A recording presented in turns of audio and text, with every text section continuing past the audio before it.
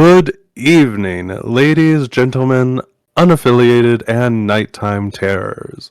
We are so glad to have you here in the Guild House for a very special limited campaign of Public Access: The Dream. Public Access is a carved by Brindlewood analog horror mystery game created by Jason Cordova and his team of writers at The Gauntlet. If you're new here to the channel, welcome on in. This is Timbo's Guild House, where he does variety streaming and hosts a number of actual plays, including this very one beginning tonight. We're glad to have you here and hope you're ready to catch the magic.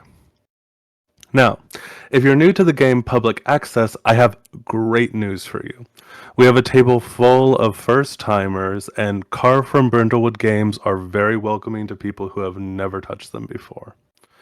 As such, the first half of our session will be following a little bit of a tried and true path, but that means it'll be a great introduction of the game not only to our players, but to you, the audience, as well too. If you're not new to Public Access, or even Carve from Brindlewood games, we will be playing this campaign utilizing the rules from the Skinny Jeans edition, which is a sort of ashcan edition for some rule changes the Gauntlet is playtesting. It makes the game leaner, meaner, and a little bit faster. Additionally, I'll be weaving in some elements from the La Fresca Mall directory, an awesome supplement that comes with a great location, tons of cool mechanics, and a bundle of mini mysteries. I won't go too much more in depth in the sausage making of it all, but I absolutely recommend checking out Public Access and all of its great peripherals that the Gauntlet has released in support of it.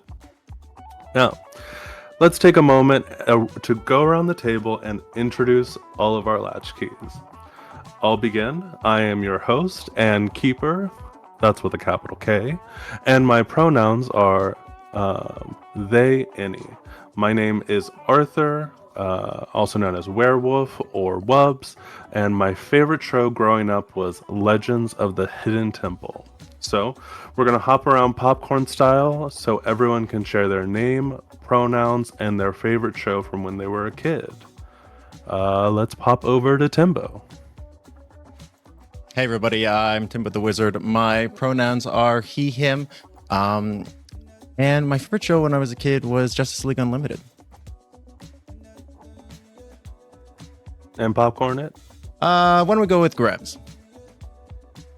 Hi, this is Gremlins R Us, or Grems if you prefer. Call me Grems. My pronouns are she, her. And my favorite show from when I was a kid was the Powerpuff Girls. And I will pop it over to Reich. Everybody, I'm Latchkey. My pronouns are she, her.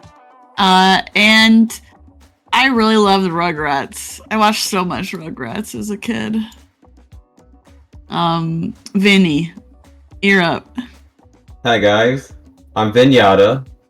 I go by he, him, and my favorite show growing up is SpongeBob. And I bring it over to Druid. Hi, I'm the Seshcast, or Druid King. My pronouns are he, him.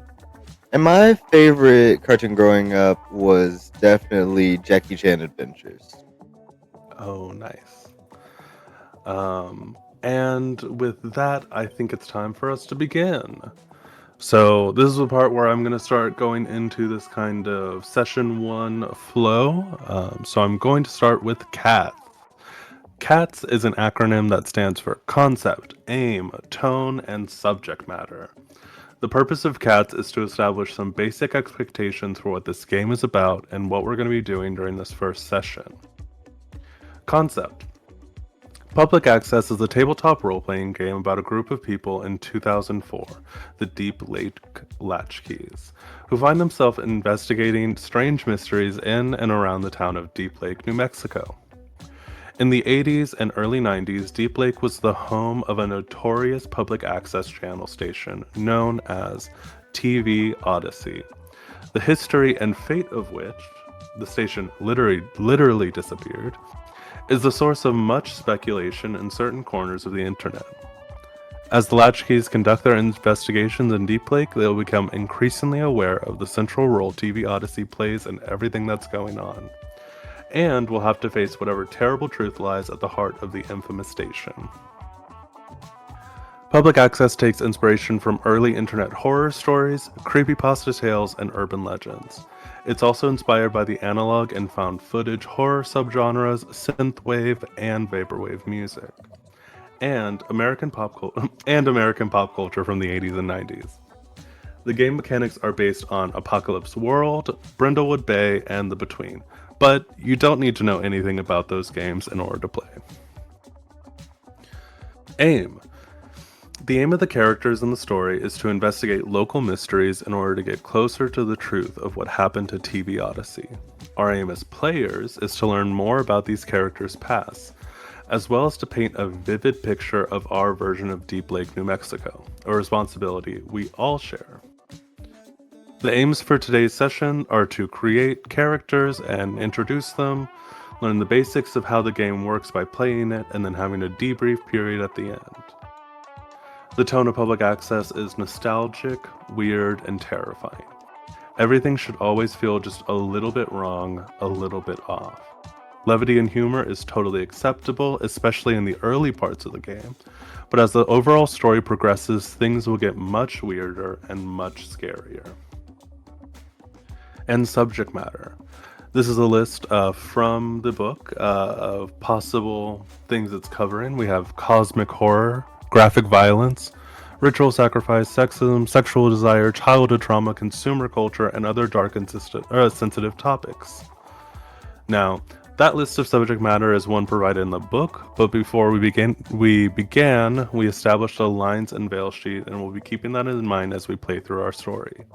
Rules are great and games are a blast, but no story is more important than safe play practices. In support of that, we'll be using Fade to Black, where players can request a scene be faded to black and ended, as well as X card. Players are reminded that if at any time a scene is approaching something that we want to avoid, or if we have accidentally tread on that space already, I encourage you to either type in our Roll20, our Discord chat, or verbally use an X card just saying like, can we X that? And we'll get things back on track, whether that be ending a scene, rewinding things a little bit, we'll make it happen. So, that's all the sort of subject matter things at the very beginning that we got to get through. But now, we're going to go into character creation. Before we go into character creation, though, I want to share a few more details about the setting. The game takes place in and around the fictional town of Deep Lake, New Mexico. Deep Lake and surrounding Degolla County are in a remote part of the state. The town has fewer than 5,000 residents, but the eponymous lake attracts vacationers and seasonal hands in the summer, doubling the number of people around. The player characters are a group of people in their early 20s who met on an internet forum and bonded over their shared history. They each spent part of their childhood in the 1980s and early 90s in Deep Lake. They were each Latchkey kids, and they were or are fascinated by TV Odyssey. They didn't know each other when they lived in Deep Lake, but they found each other now. And under their new nickname, the Deep Lake Latchkeys, they intend to find out the true story of TV Odyssey. The Latchkeys are united by something else, though, that they aren't aware of yet. They each suffered a terrible trauma in their childhood.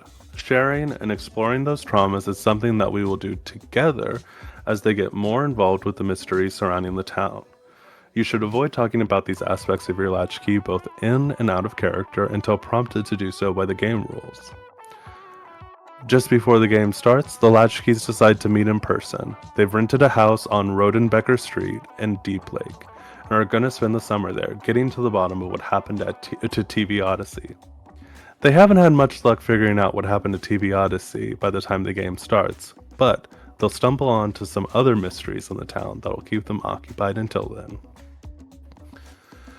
For our purposes as an actual play, we've already begun the process of making our characters, but now we're going to go around the table and reintroduce the players as their Latchkeys. So going around, again, popcorn style, please share your Latchkey's name, pronouns, style, your 3 choices from Take You Back, and which 2 Latchkey moves you take in. That's right. If you're familiar with public access, our latchkeys will be starting with an extra move. I figured since it's a one-shot, let's go out with a bang and pour some gasoline on the fire with an advancement out of the gates. Once we've introduced our characters to you, we're going to take a short 5-minute break. We'll come back with our latchkeys turning their first key of the child, per Skinny Jean's rule, introduce themselves to each other, populate their houses, and then we'll finally hop into the game. So, now we're going to go around the table. Let's start with Timbo again. Let's introduce your latchkey. I am going to be playing Artemis Griffin, pronouns also he, him.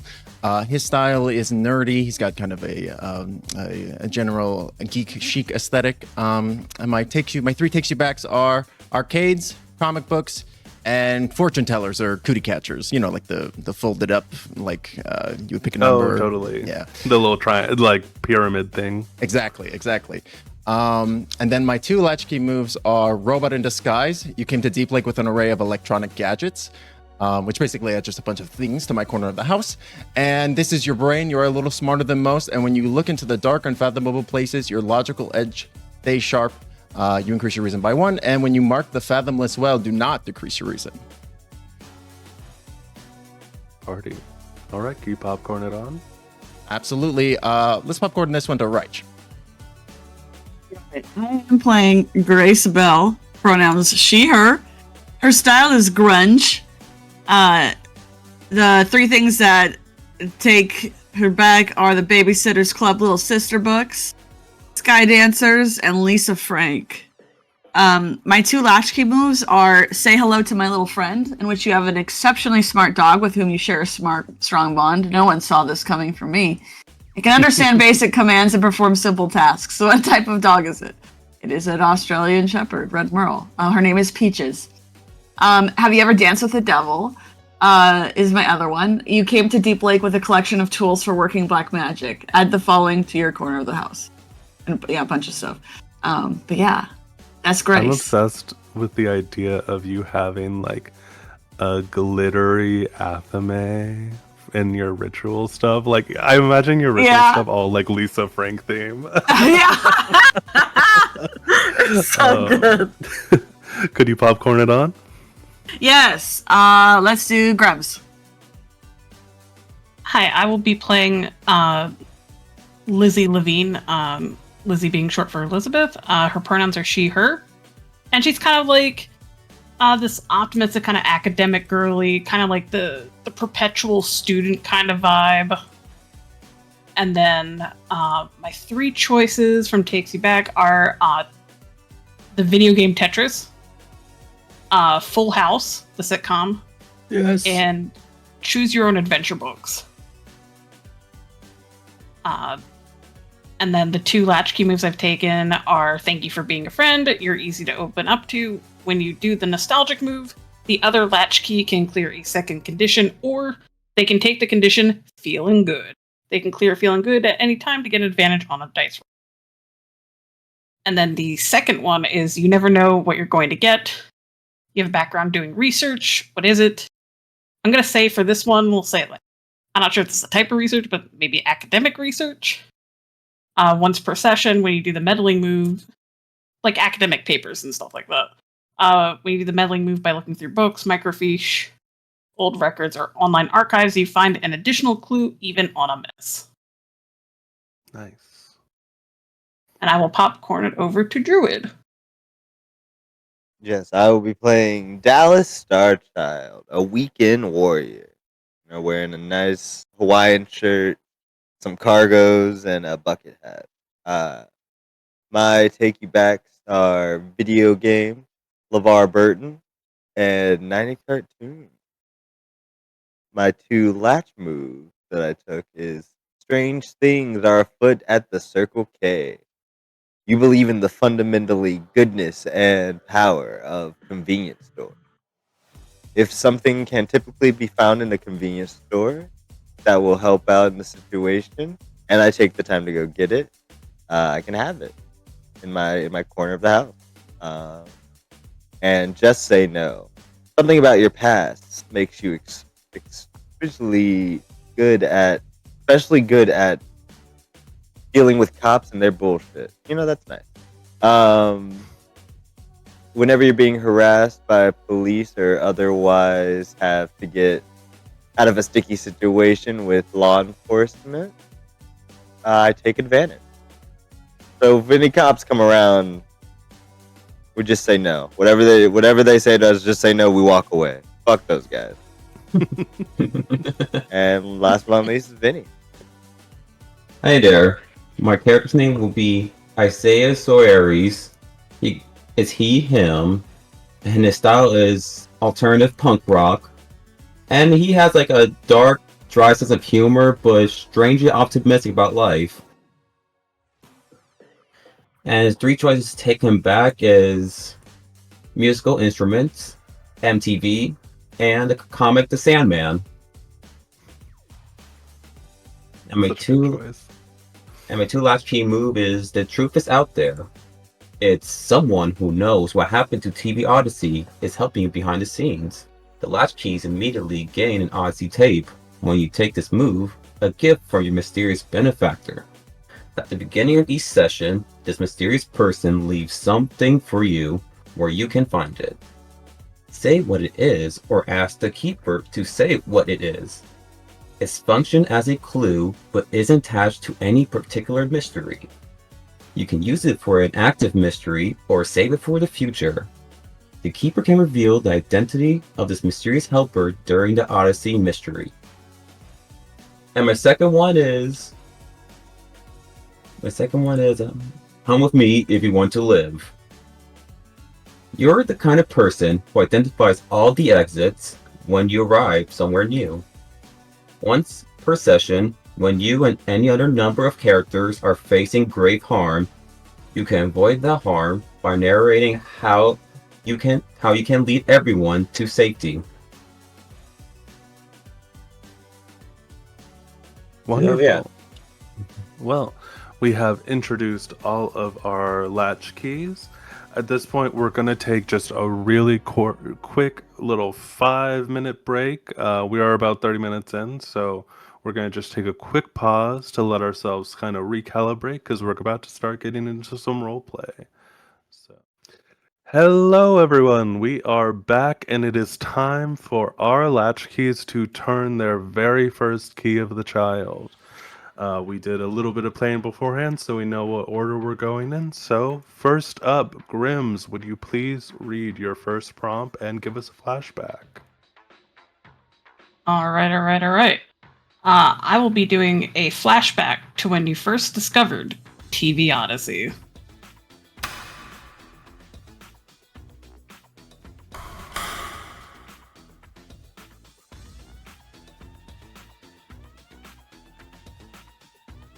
And if I recall correctly, just to set the scene, this show mainly aired at night, yeah? TV Odyssey, it's a public access station, so I mean there is going to be a lot of daytime television, but just in general, because this was like 80s and 90s, I would say that probably like afternoons, evenings, nights.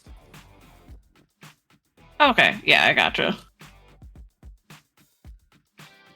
I think that when Lizzie first discovered TV Odyssey was when her mom was watching it, like in between. Like she didn't turn it on by choices. Like her mom had the TV; it was her TV time, and it was either watch public access TV Odyssey or nothing. So I think after some convention, be like, Mom, I want to watch my shows. It's like no, we're watching TV Odyssey.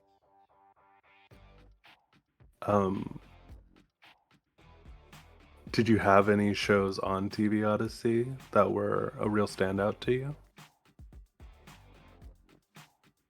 This is totally an open canvas. I'm pitching you. You're able to add anything you'd like. I like to think they had maybe they had some sort of because public access some sort of cooking show, maybe. You know, making use of like local fresh ingredients. I mean, it is a desert, so there's not much, I imagine, but Absolutely. Yeah, I'm just taking some notes here in the corner. Don't worry about me. All right. Well, I think that we can say that that was your key of the child. Is there anything else you want to add before we move to the next person? Nope, I'm good. Okay. All right. Next up, we have Latchkey. All right, so the first key we're turning here is a flashback showing your Latchkey kid routine whenever you got home from school. So for Grace, this looked like it was a little different because she was homeschooled. So it didn't look like the typical come home from school, unlock the door with the key around your neck. No, both her parents worked. So when she was homeschooled, she basically had assignments she needed to complete and keep her little brother, Peter, on track with. So her routine was to do her studies in the morning, help her brother in the morning, and together they would walk over to the church and do some volunteer work like folding pamphlets, or organizing or cleaning up after an event or for an event. And that's mainly when they would be home on their own, and their parents would get home from work. Wonderful. And we're going to move into Druid, who is working with a similar question. Yes, it is the exact same, in fact. What is your show? A flashback showing your Latchkey routine when you got home from school. So that little second bit. That second one always gets me. Those tumblers, yeah, totally. So when Dallas gets home, he is riding his bike. He kind of goes through the backyard and will throw his bike just kind of down. Use the key hidden under like a stone in the backyard, like a little fake stone, and we'll head inside. See his grandmother sleeping on in her favorite chair. See a note from his mom saying that there's food in the fridge and just has to heat it up. And there's like a few dollars to go to the local convenience store, which is like right down the road. So he'll throw his backpack down, run, grab the money, run back outside, and speed to the convenience store to grab his favorite snack for watching TV after dinner.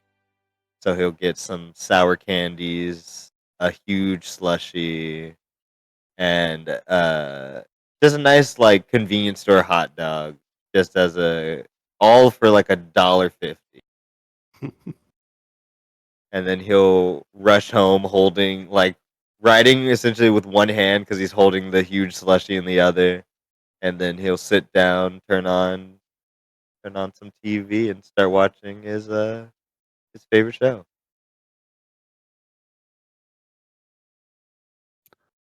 And next up, we have Vinny. My character has a flashback of experiencing childhood trauma. Fresh out of the gate.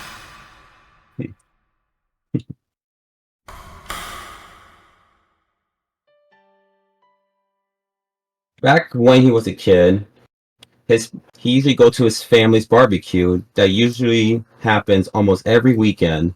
You know, talk to relatives, hang out with other kids his age, and see how everyone is, really. Until that one moment where he was outside with his grandfather while everyone else is inside the house doing whatever they want.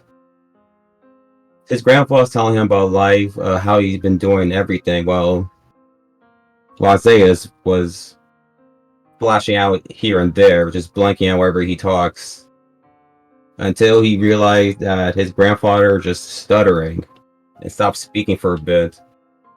But he knows he was holding his chest tightly. He didn't realize it was a heart attack he's having. The grandfather stood up, trying to yell out help to anyone could hear him. And Isaiah was petrified. He couldn't move or say anything. Then grandfather walked up to him, tried to hold on. Then he fell on top of Isaiah's. The last moment Isaiah saw of him is when he looked in his eyes and saw the life snuff out of him. He said it's been a while. He felt like he's been there for a while, for a long time, for hours on end, but it's always has been for over a minute.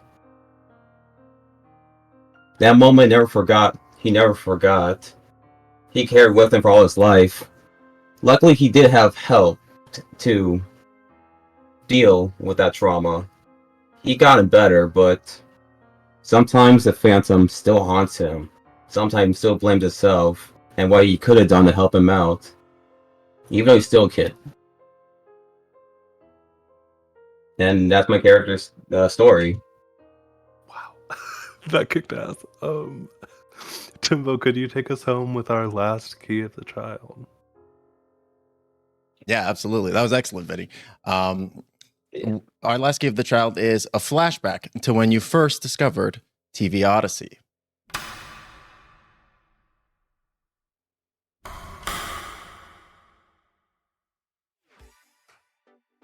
So open on a flashing arcade, the lights and music extremely loud and bumping, energetic noises as people are scoring high scores or dying and horrible deaths as they are consumed by magma or whatever beasties may be in the games.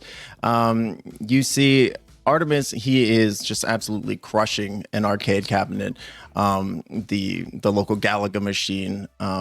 You see him die a final death on just a killer run. People are kind of crowded around, like watching. And he goes to type in his high score. He got second place on the high score board, just below a first place that is just XXX. It isn't even just a name. It's just unknown. And he's like a little bummed out, but it was still a good run. So he kind of like he's walking off, and he looks up into the corner of the arcade where there's just like a TV that's been placed up there, and it is public access that is playing on the television. And I think he is just like absolutely enthralled in that moment. His eyes are like he is transfixed by it, as even over the din of the arcade, he is drawn to it.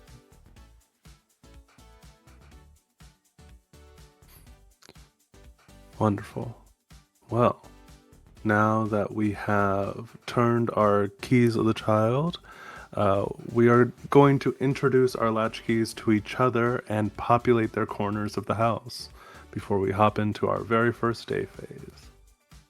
It's now time to take us a few weeks before the actual beginning of our story, to your latchkey's arrival to 26 Rodenbecker Street.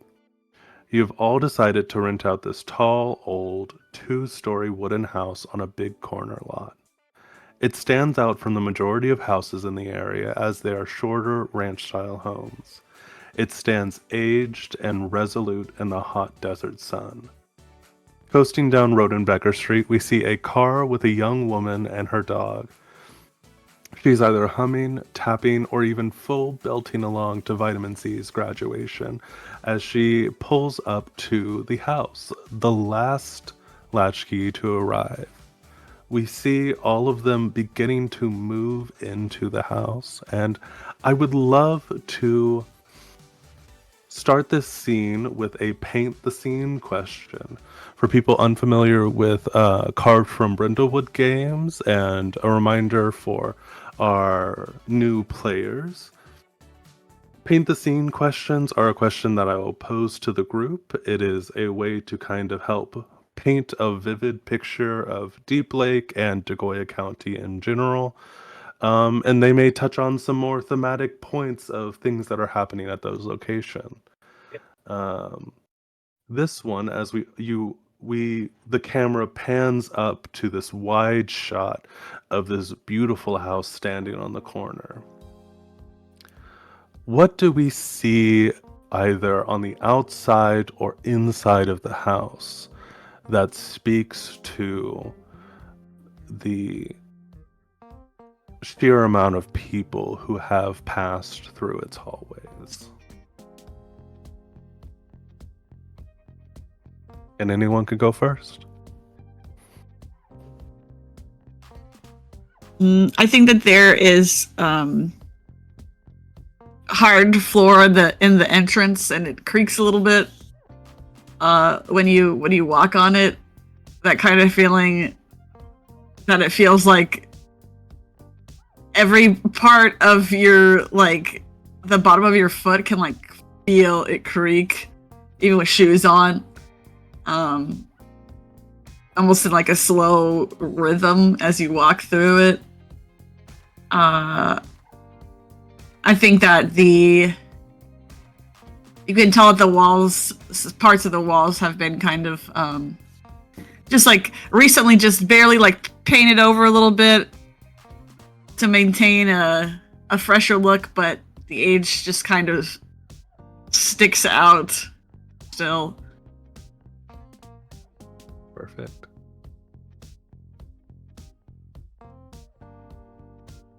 So we can see what's inside and outside the house? Absolutely. If you want to describe an outside feature, or if there's something inside you'd like to talk about, either is perfectly fine. I think outside there was a flamingo there you put on a lawn, and some broken fences a little bit. With the color of the house, I think it's like redwood. Mhm. I'm trying to think something else, but everything feels ordinary. I know that's perfect. I think it also has a kind of basement den area, like a door that kind of leads from the hallways down into the basement, which is kind of has its, like, furniture, and a door that leads out, like, the side off of the garage. I think there's also, you know how some places have, like, a guest book, kind of like that. Instead of it being in book format, it's like a wall that people just write on, and people send their names on it.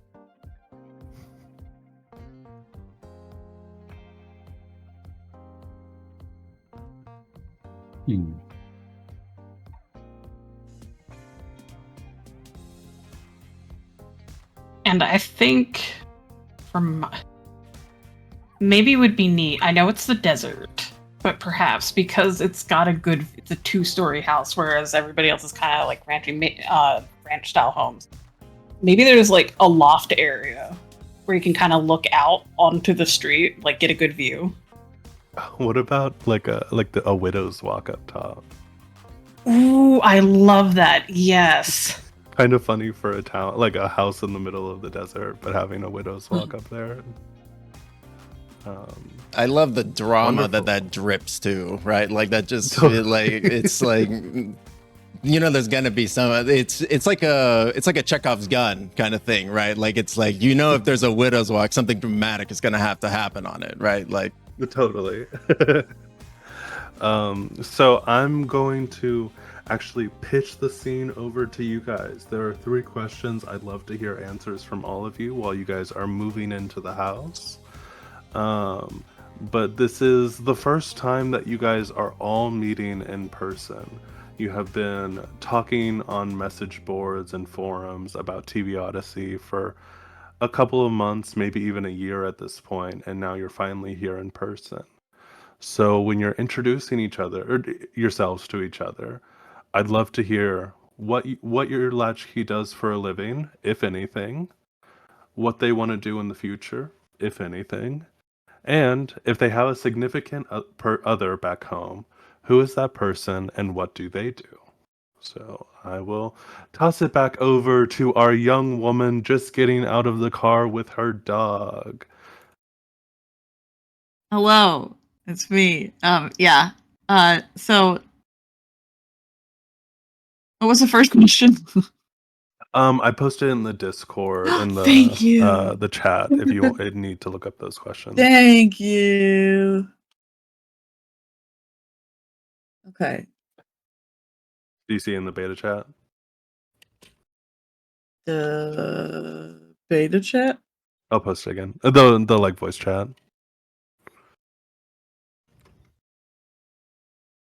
Thank you so much. Okay. I don't know what happened to me. So I think Grace works at a clothing retail store right now. She doesn't enjoy it very much. Kind of stressful. She has undependable hours, but she did get a lot of unpaid time off for. My dear friend, my love, we're gonna throw it into role play, so you can go introduce yourself to another latchkey. Oh my god. Okay. No worries. I just wanted to let you know we're at the part where we can start actually doing role play now. Well, Grace gets out of the car with her dog. She looks a little nervous. She has been thinking the whole time about what she's going to say to these people that she hasn't met in person yet, but she's talked to for such a long time on the internet. And she's like, do I call them by their real names? Do I call them by their usernames? Do I, but I think that she is comforted by the excitedness of Peaches next to her. Seems to give her a little bit of courage, because who can't be brave when you have a really cute dog? And she starts walking up to the rest of them. And she says, "Hi, I'm Grace. Saved by Grace. Grace."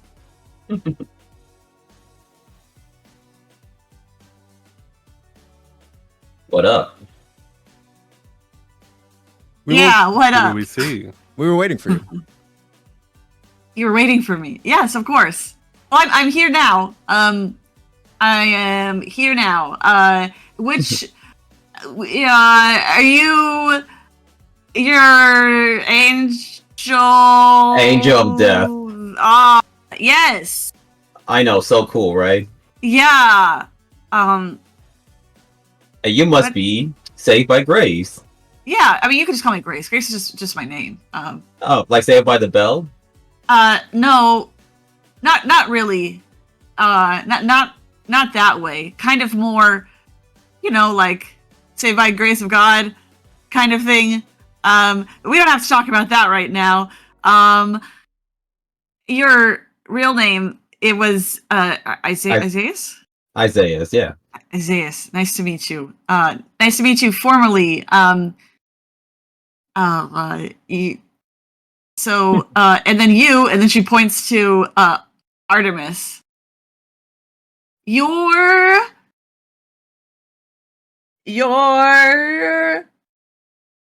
not weekend shaman, right? No. That's no, I'm Griffin bait. Oh, Griffin bait. Right. Well, I'm Grace. Yeah, you see, looking at Griffin bait, aka Artemis Griffin, you see kind of like weedy, kind of like stout individual. He's pretty tall, but he's like kind of gangly, and he's wearing like khaki shorts and has like a tie dye, or not a tie dye. He's got a Hawaiian like shirt that's like a button up on. He looks very awkward standing there.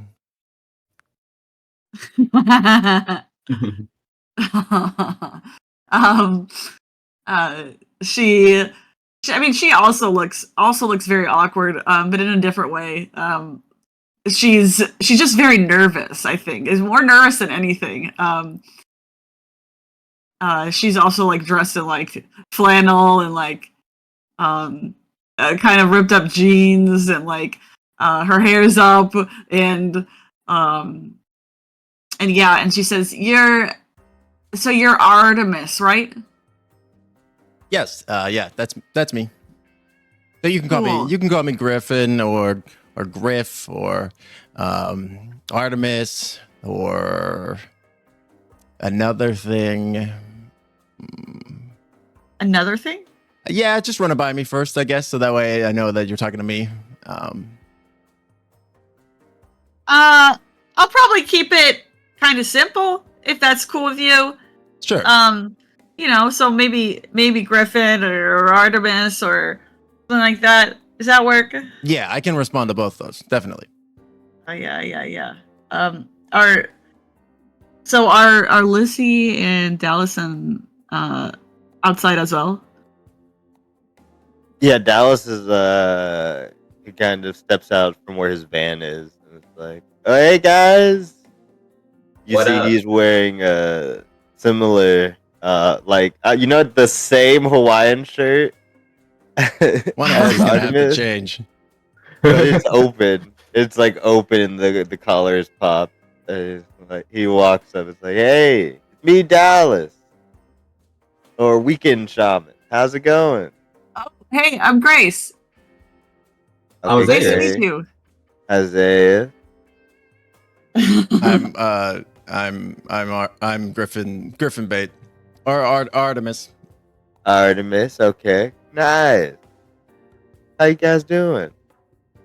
You look like just how I pictured you, Shaman. Like I mean, other than the shirt, that looks so much cooler on you. Artemis is like buttoned up all the way to his neck. Yeah. I mean, you know, I don't look like any average server, like manager or whatever. I have to manage servers, like a cold building. Oh, Yeah, it sucks. yeah, that sounds pretty bad. But one day, I'm gonna own my own tech company, and I won't have to be in the most basement of basements. Oh wait, this place has a basement. He starts heading inside. Oh, He seems wow. fun. He seems fun. Yeah. Oh no, I'm so rude. I forgot to introduce Peaches. And she gestures to her red Merle Australian Shepherd. Aw. This is Peaches. She'll be joining us. I couldn't It kind of leave her that thing that behind. dogs do, where they like do a little bit of a figure eight and like kind of downward dog position. She looks excited to be here. Yeah. Aw, who's a good girl? Yes, you are, Peaches. Yes, you are. I think there's like an actual genuine moment of relaxation that Artemis has when he sees the dog. Like he's like, oh, thank God, a non-human. She's very friendly, so you can pet her or whatever, and like, and I don't mind if she doesn't mind, and yeah, that's what she's here for.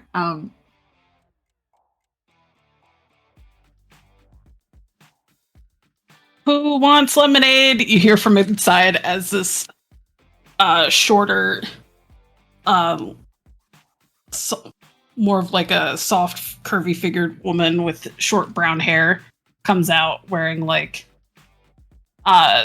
just like a loose t-shirt and shorts because of how hot it is, and she's carrying a tray with like a bunch of lemonades and like a bowl with ice cubes in it, and there's enough for everybody. So she'll, kind of walk out with the tray. I'm good. Buttercup, you're Buttercup. Yeah. You can also call me Lizzie if you want. Oh yeah. I'm Grace. Nice to meet you, Grace. You said you were bringing. Oh, hi. Is that Peach? Is that Peaches? That's Peaches. You know, the one that I do the pictures of all the time. Yeah. That's her. I brought some water out for Peaches, and she'll put down the bowl of like the ice water. Oh, cute. So, Well, Peaches says thank you. so what do you guys do for a living? Oh, I just work at a retail store. Nothing too fancy. I'm trying to get out of it. I kind of hate it. I got a lot of unpaid time off for this, so but I saved up for a while, so I'll be fine. People kind of suck, don't they? Oh yeah. I know it. I work for like Bootleg, Nerd Squad, or whatever, Geek Squad. Oh. I mean, it's kind of interesting because you get to see people's houses, but also you get to see people's houses, which is not great a lot of the time. Ooh, that must be Ooh. some gnarly houses up in there. Sometimes. When you say bootleg, do you mean it's like an undercover organization or like something that's like unofficial, like you get paid in cash only and like there's no record keeping or anything? The second one, yeah, I get paid mostly like PayPal and like it's kind of like I said, we're not. It's mostly like just like local tech support. Like I get, it's kind of complicated, but like I help people who are in the network. Ooh. You ever tell them push on and off? All the time. Usually I come out when that's not the issue, but sometimes they say that they've done it and then they haven't done it. Oh yeah. I bet you get that a lot. So much. Honestly, Wow. way too much. It makes most house calls really easy, but I get paid the same either way. Man, you I must guess see that's some. good. Yeah, you must see some real horrors. Yeah. He takes a long pull of the lemonade. This is really good, Lizzie. Thank you. No problem. I did not want anybody to get dehydrated. Yeah. Oh, I'm hydrated, all right. Good thinking. Well, for me, oh, go ahead. Yeah, what do you do? Well, I work as stage technician. You know, set up the lights, the camera, the fog machine, make sure everything's good, make sure the bands are playing all right. Also, tune up their guitar, their bass. Basically, do everything, everywhere at once. Oh, so you're like almost like a roadie, a roadie and everything man.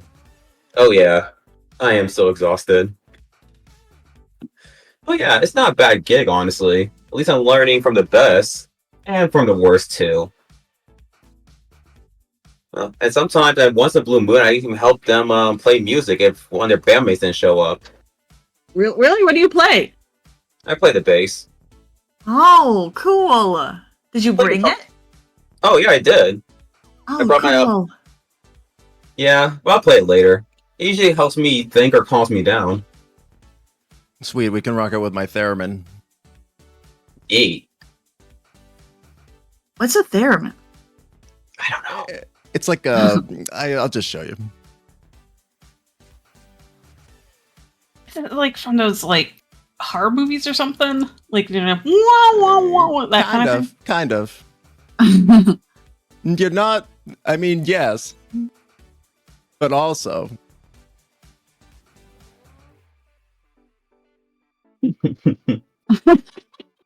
But also. He just trails off. Oh, okay. Oh, that's the end of the sentence. She pushes up her glasses.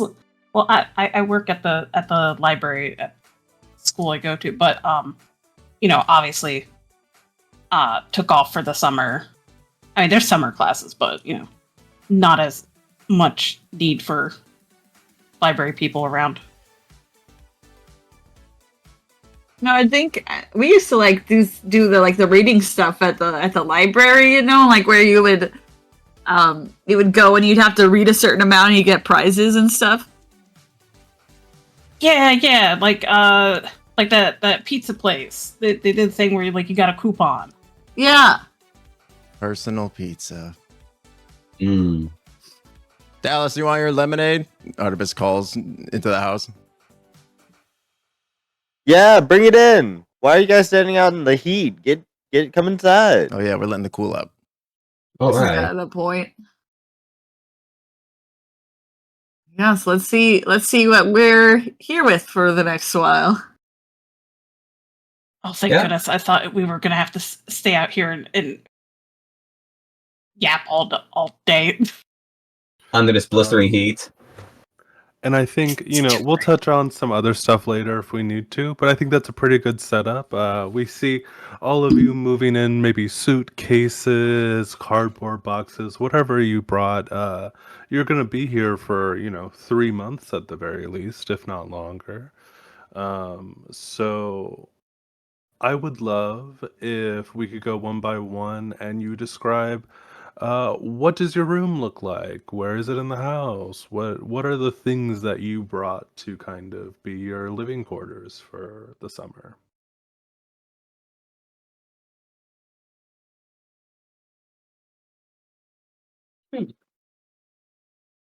Well, I brought over my bass guitar. And I brought over my record player, so I can play my records in it. My room's kind of messy, so I go around looking for stuff to put in corners. Then he took out his Game Boy. Guy, he loved playing Mario like all day long. He's looking for a salmon collection, which he's looking through all this deep, endless box of things. And then after he threw everything out, he found his salmon collection. It has a really cool cover of Dream and Death. He said, "Rockin'." Then he put them in the corner of the room. So, with what we know of Isaiah so far, what we've heard of his room, going around the table, each of you will get to suggest something that is in his corner of the house. This could be an item, it could be something more intangible. Maybe if you are a hacker, you have a contact number for someone who is able to wipe something off the internet or something. These can be all sort of objects or intangible concepts, things that are kind of stored in their corner of the house as useful items. So each of you get to contribute something to Vinny/Isaiah's room. You got a flashing Vinny. multicolored disco ball. Vinny, these will go in for each of you when we do this. This will go in the corner of your room. Those little text boxes.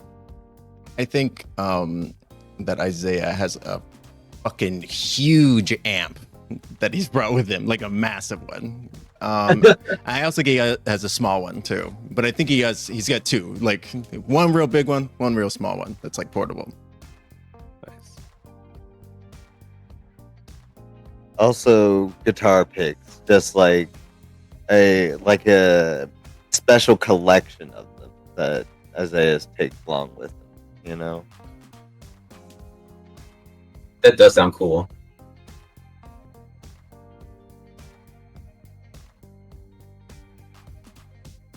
I can see him actually having just hear me out, and maybe he has a futon, so he can both. Like he has like the sleep mode, and then he has the rock mode. Like when it's in couch mode, Nice. where it's like got maybe he has like a special cover that looks like, I don't know. I was gonna say piano keys, but he's a bass player. Maybe like sheet music. Yeah, like sheet music. Yeah. Wonderful. Well, you can start. You can get all those in your sheet, Vinny. Let's go to someone else who'd like to describe their room next.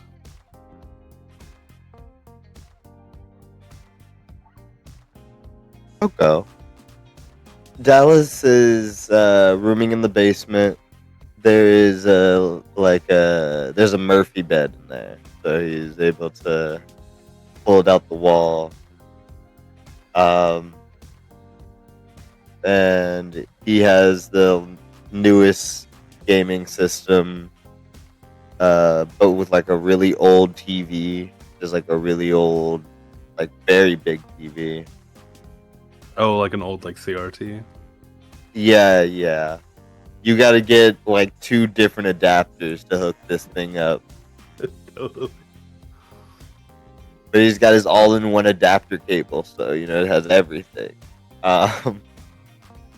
Oh, I forgot that I'm supposed to add something to the rooms as well. Isaiah, I would love to give you. You have a Chris Angel Mind Freak poster. Okay, yeah. Sorry to interrupt really quick. No, that's I want to do that before we hopped into your items, Druid. What else do I need to add? No, I think that's perfect. Who would like to add the first item to Dallas's room? I see him having his PS2 with a Burnout game.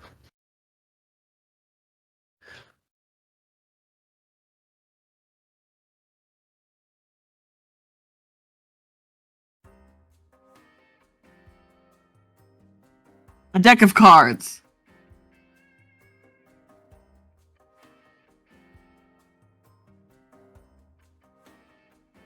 What kind of cards? Ooh. Good question. I think you got a tarot cards. Okay. I think you also have a weighted set of dice. All right.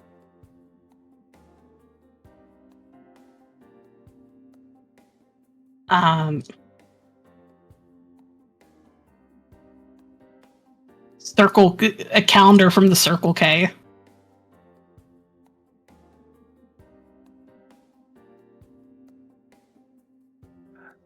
And I'm gonna say, oh, sorry, real quick, let me mute for a second. Is it like a special calendar from the Circle K? Yeah, it's signed by Fred Harvey, who is the creator of Circle K. Oh, sorry, Griffin, sorry.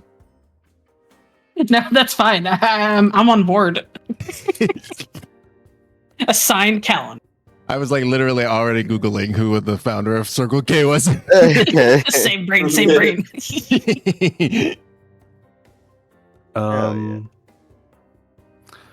I'm going to say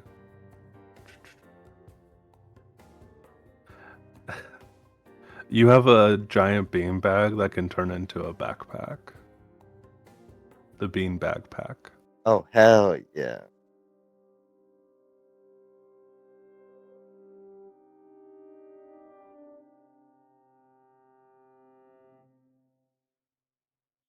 Artemis's room. All right. Yeah. Please, sorry, didn't mean to interrupt. Oh no, all good. Artemis's room is set up in such a way that I think he is maximizing the space. So it doesn't have his clothes set up in the closet. Instead, he has kind of somehow turned the closet into like a hammock. Like there's a hammock like set up in it, and it's where there are people. He's like expecting to sleep, and his clothes are just kind of like arranged beneath him, as if he would be sleeping above them. And the rest of the room has kind of been converted into like a tech space. So there are computers set up, there are tables with like devices, things reading out loadouts, and just taking general stock at the area. He also has like several like television inputs feeding into a computer, and he's just like recording a bunch of things that are being broadcast on the airwaves.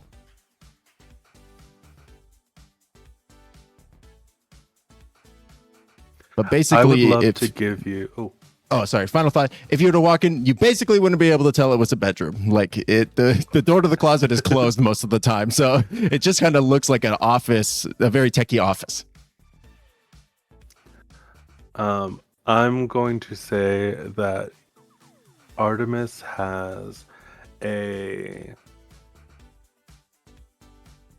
USB drive with the nastiest virus he's ever run into. I love that. I also think he has like a mini fridge with all of his favorite drinks in there.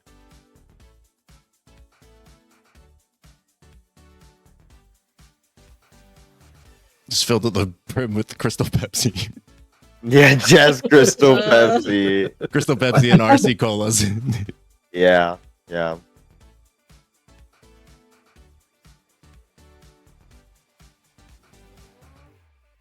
Old-fashioned camera. Like a Polaroid or Yeah. old? Okay. No, actually old. That's what I was thinking originally, is old. Like a film camera.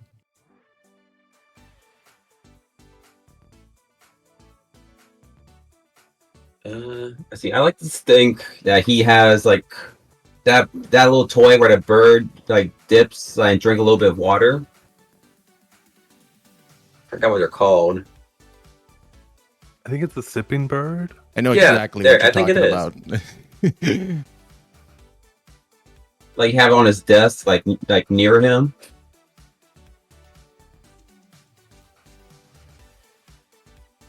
Sure. Do you want to give it a name?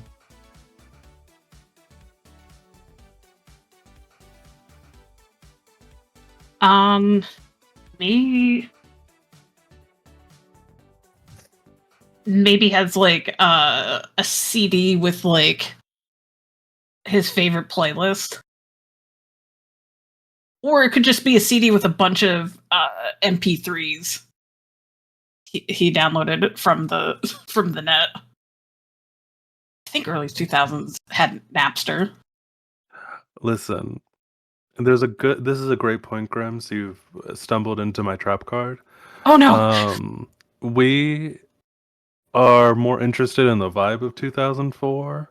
I'm not gonna be like, well, actually, that song came out in 2005. So, I think a CD with a bunch of MP3s from the net, maybe LimeWire, perfect.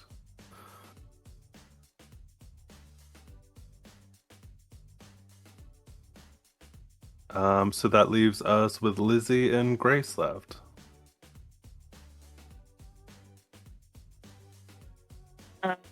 I can go. So Grace's room, I believe, just has a bed in there. So there's no sleeping on the floor or anything like that.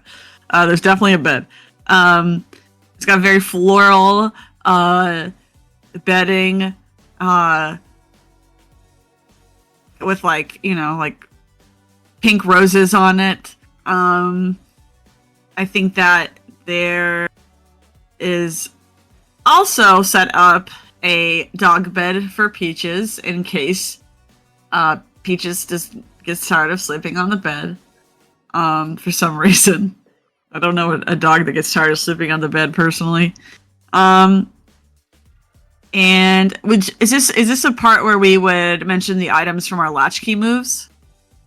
Oh, totally. Yeah, and we can also swing back around after you so Timbo can talk about his computer stuff. Okay.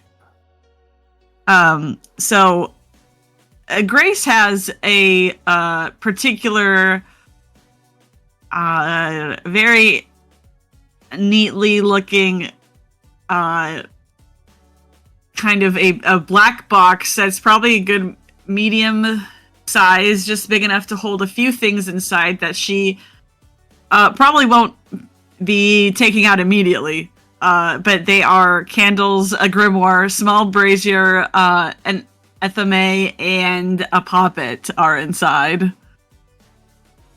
And Peaches is, of course, in the room. So. And let's start giving you some stuff. Give me the stuff.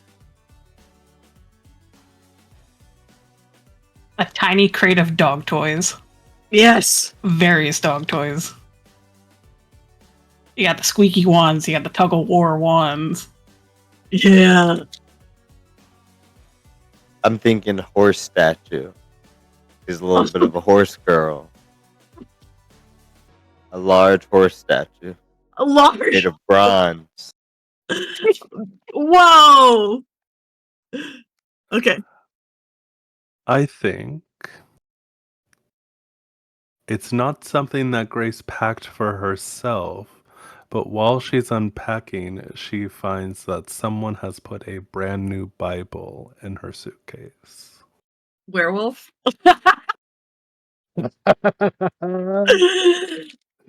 Oh, werewolf. Back in chills.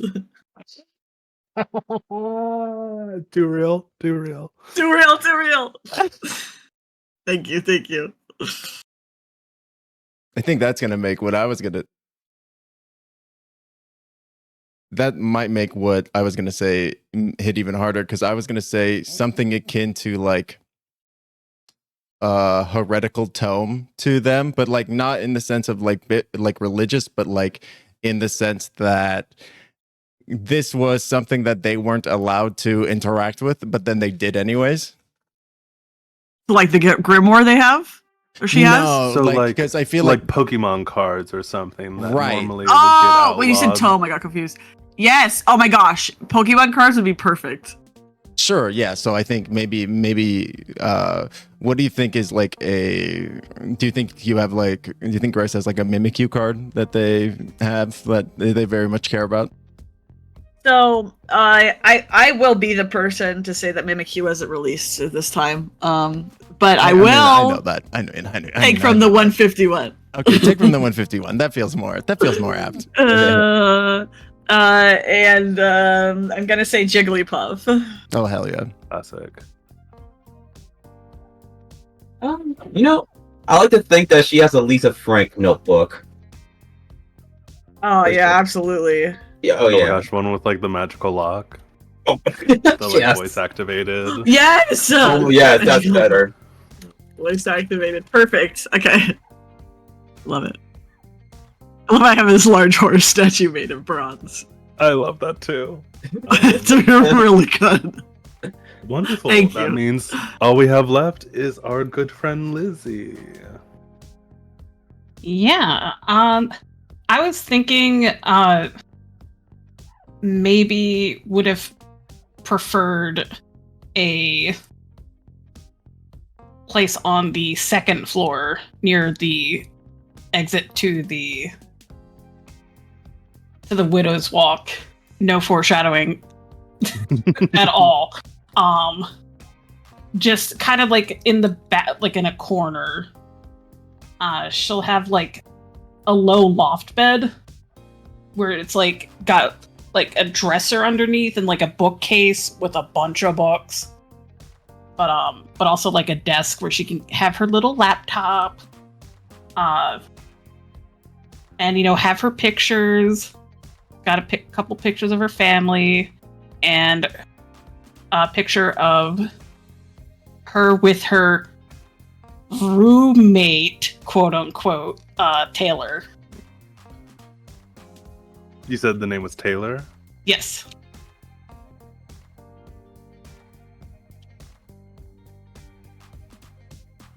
And they were roommates.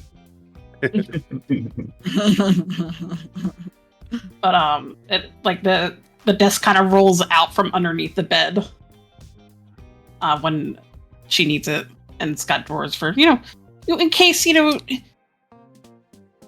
stash some papers, couple snacks as a treat. I am gonna say one of the items is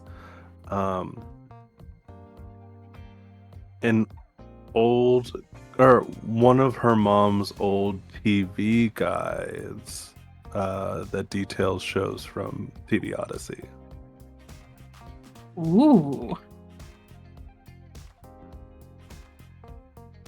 Since it doesn't have to be physical things, I'm gonna say Lizzie in general, I think, bring a sense of like hominess to the house. It, like, for example, with like the lemonade and just like doing things like that are thoughtful and just that kind of presence, right? Totally. Yeah.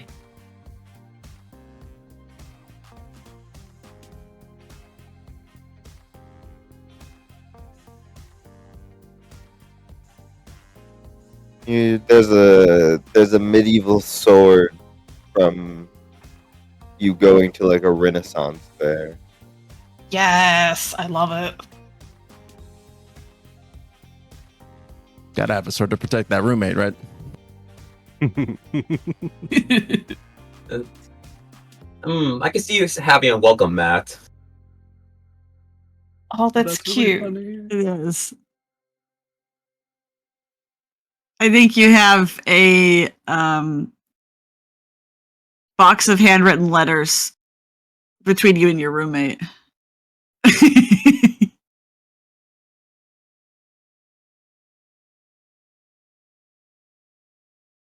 Oh, that's cute.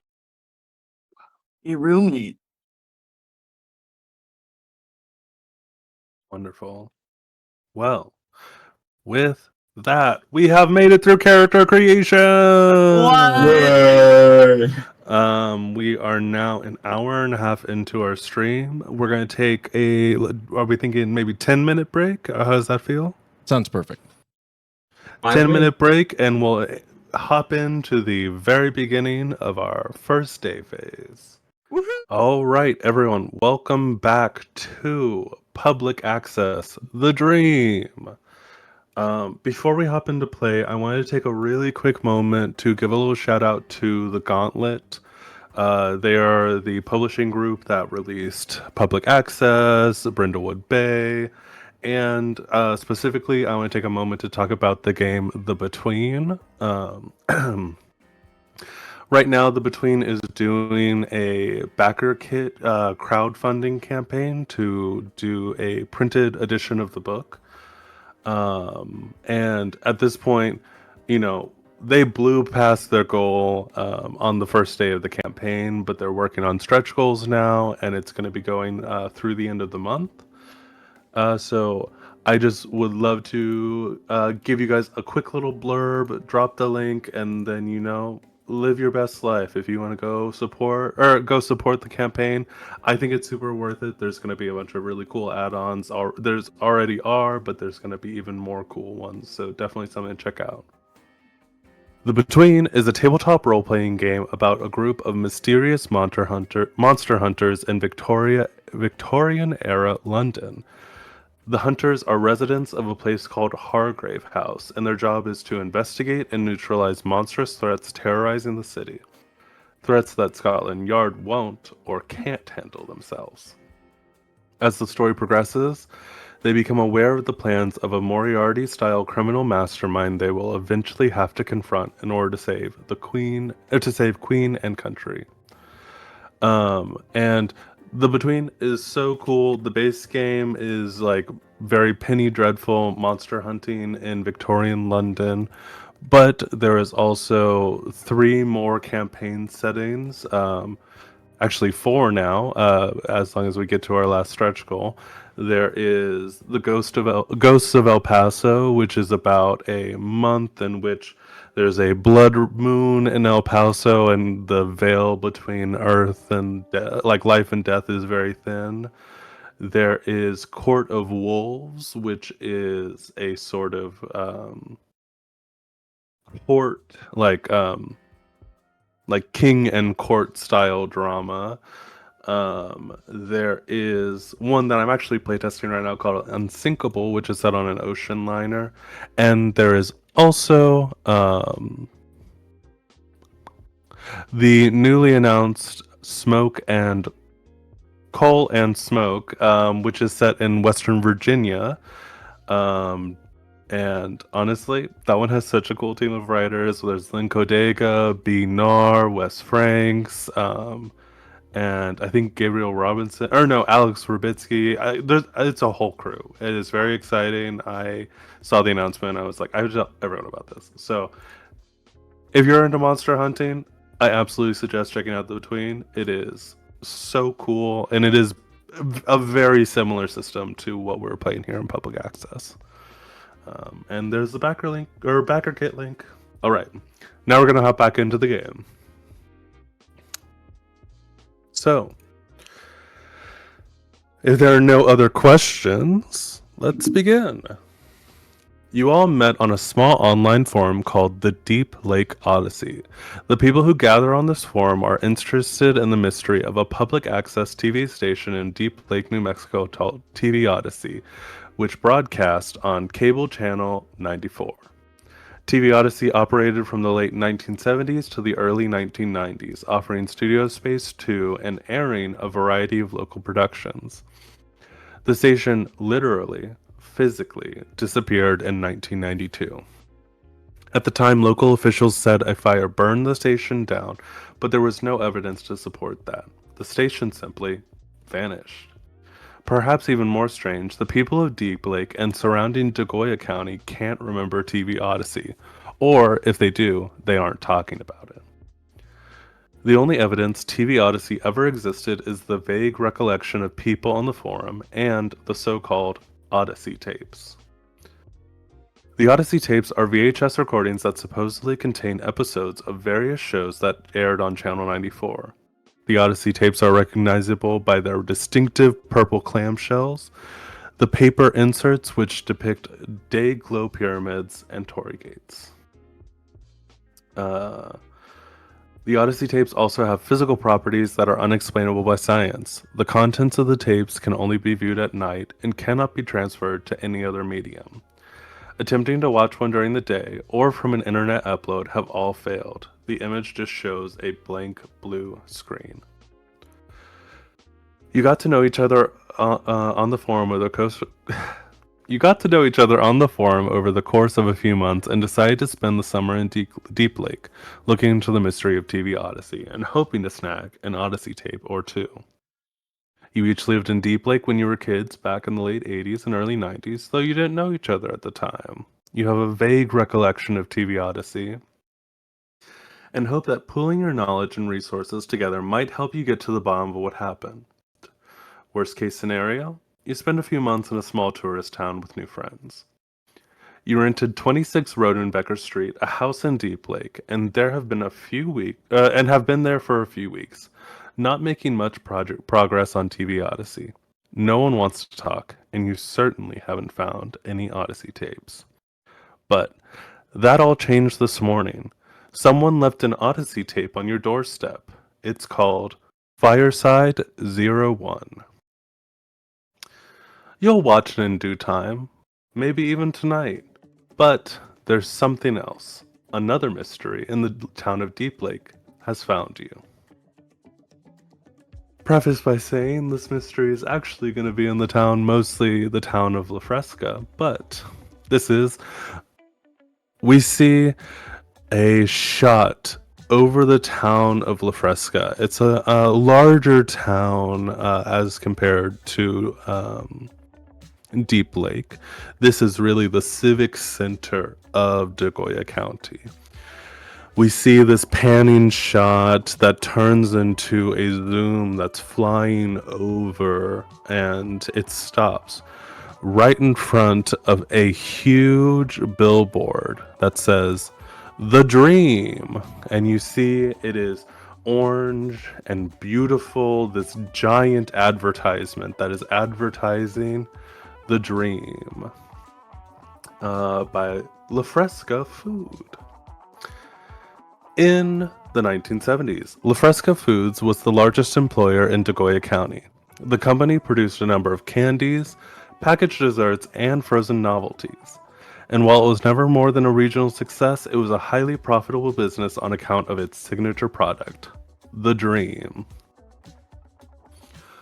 The Dream was a frozen custard-like dessert, and while the company's claims that it had 0 calories were dubious at best, it was nevertheless much loved in the region because of its creamy mouthfeel and excellent taste.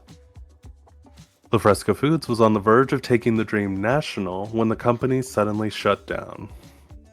According to rumors, the company's founder and owner, W. Atlas Morgenstern, was being blackmailed for a secret so terrible he was willing to burn his entire business to the ground rather than give in to the blackmailers.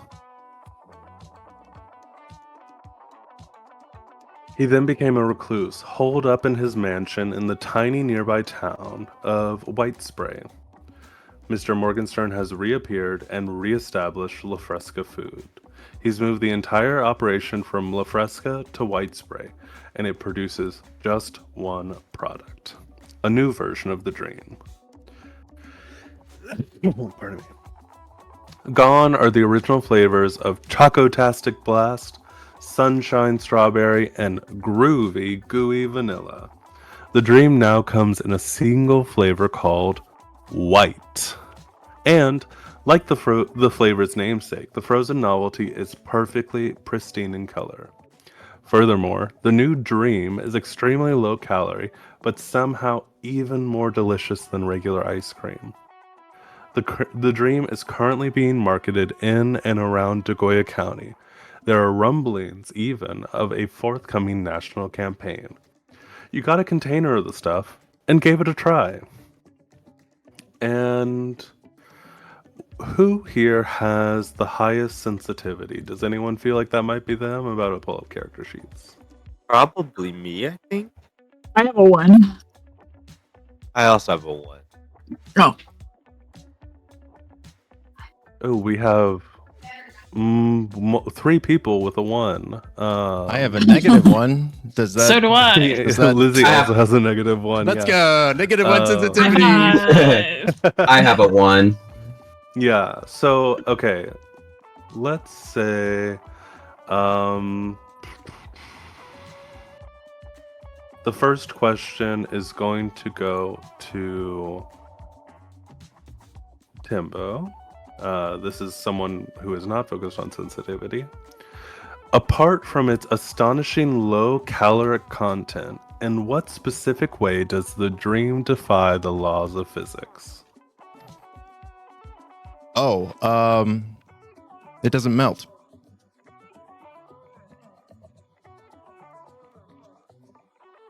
Perfect, simple, clean. Could, just for shits and giggles, to make it easy, Reich, Druid, and Vinny, could you all please roll 2d6? Yeah. E6, you said? Okay. Mm-hmm.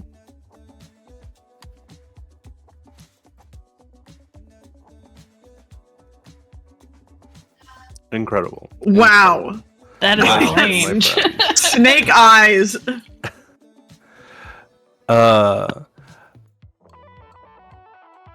Latchkey. Yeah. Grace is the one who finds herself in possession of a pint of the Dream. For a brief moment, after tasting a spoonful of the Dream, you are filled with a sudden and intense anger about having to share the carton with the other Latchkeys. How did that anger manifest? I think, growing up as she did, she's very internalizes any kind of feelings of anger. So she works very hard to let it not come out. But at the same time, it's not something she can completely ignore because of that, that really, it's uncomfortable to be angry for her too. So like, she's got this feeling in her chest and she really doesn't want anybody else to have the ice cream because it's so small. It's only a pint, and there's not going to be enough for her. And if everybody has some, she's not going to be able to have much of it. And so I think she ends up just being like, we can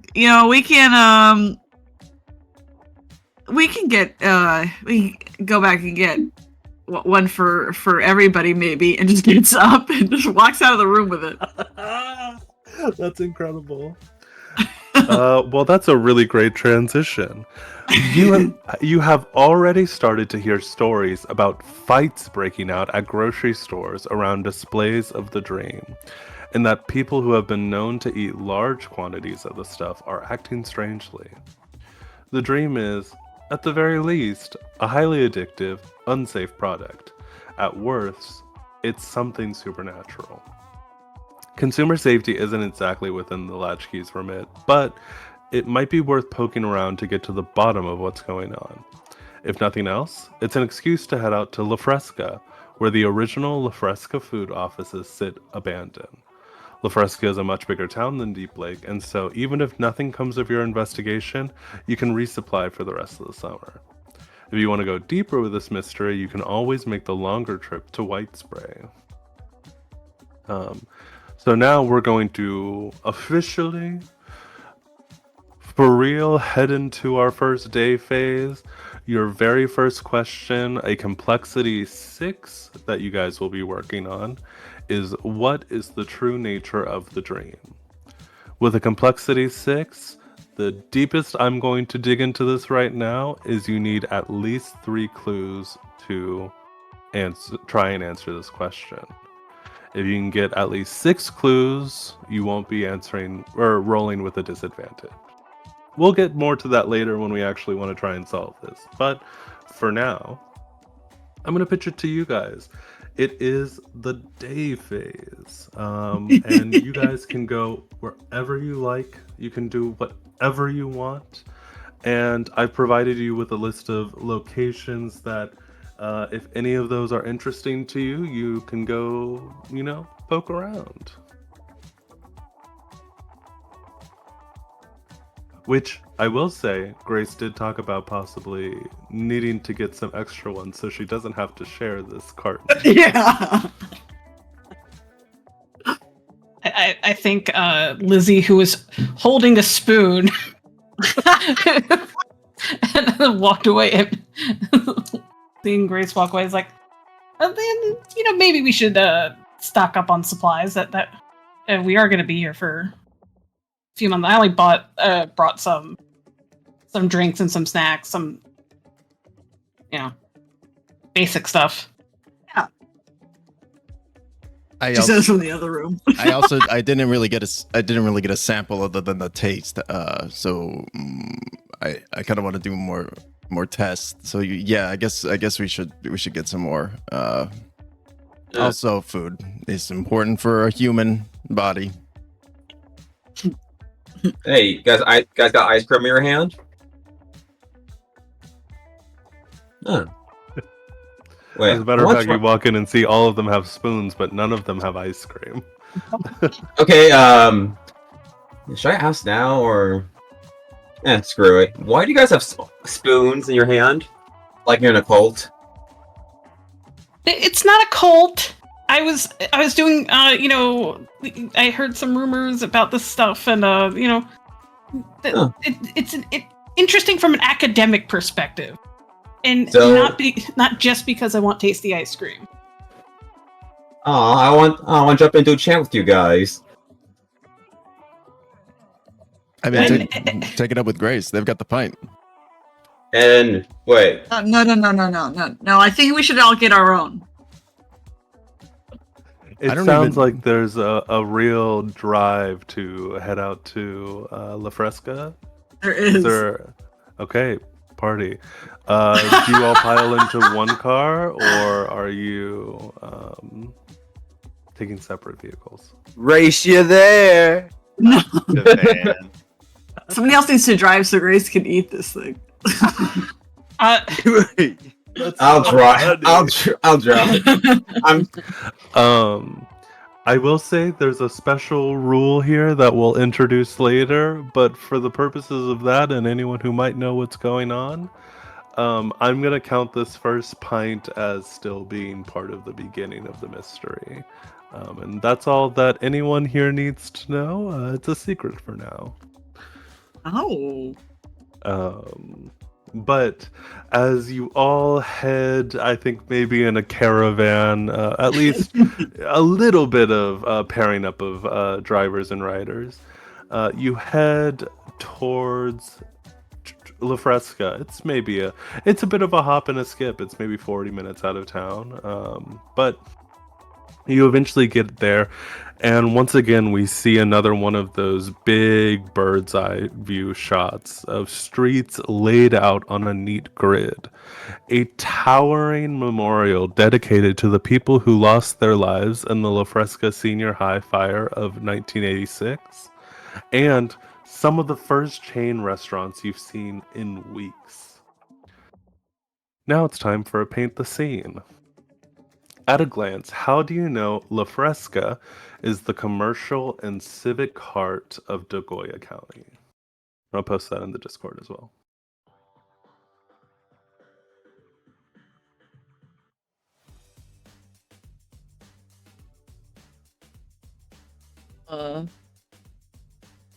A sign says La Fresca, the heart of Dagoya County. And then it's been. I'm sorry. No, totally. You could build on with it. Build onto it with your answer if you would like to. I was just thinking that maybe it's been defaced.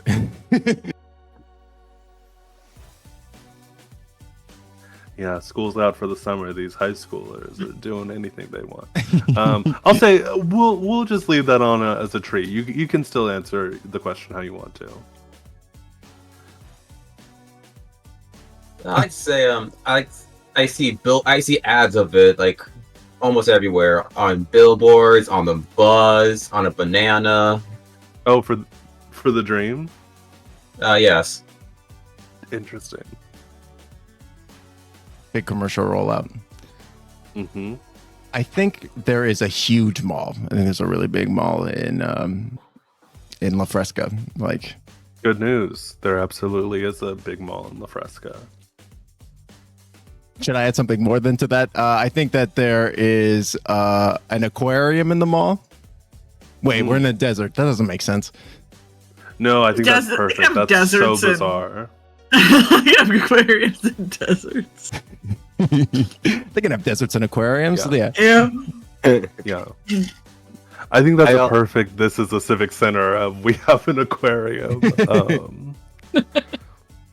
I also think all of the like restaurants and businesses have like best in the state or something. You know, where it's like best in Nagoya County. Yeah. Yeah, like this is the best steakhouse in Nagoya County. That's funny.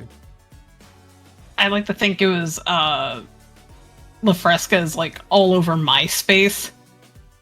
Ugh, I feel like dust. MySpace. Or space. I'm sure there's a page for La Fresca on there. And there's a lot of chatter about the dream as well, I would think. Oh, interesting. A lot of digital chatter. That's a really cool answer. A bustling downtown. You're good. We only need to do one prompt, but I appreciate the enthusiasm. You're gonna have more prompts in a second. No worries. We're getting into these paint the scene questions. I love the enthusiasm. No, fully. So we are here in Decoya County. We see this bustling city center.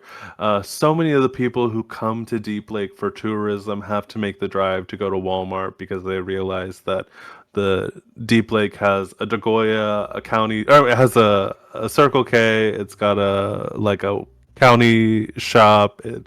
It's not really the place you go to necessarily buy a lot of goods. And you pull up in front of Janie's neighborhood market. We're gonna immediately get another paint the scene question. Actually, we'll start outside. I think that's more fun.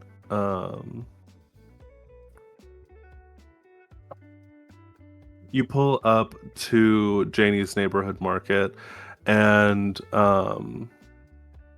you see that outside in front there is a queue of people who are actually lined up for an ice cream truck selling the dream. And there's a line of maybe 50 people who are all here for this ice cream truck. And it's all of these people you see are anxious to get their hands on a carton, and you get out of your cars and see that there is a line or this line of people in front of you. What do you see in this line of people that makes you think violence could break out at any moment? They're holding their fist tightly, and they have the face like, if I don't get this ice cream soon, I'm gonna murder someone in front of me. Two loud moms are getting into a fight. I would just like this, just to build on that, like a couple of soccer moms with their kids in tow, Hell yeah. Somebody whining, agonizing children. I think the person working the van is like coming forward to the window with a sign that says that they're out. Interesting. And one guy's going back to his car to get a metal baseball bat.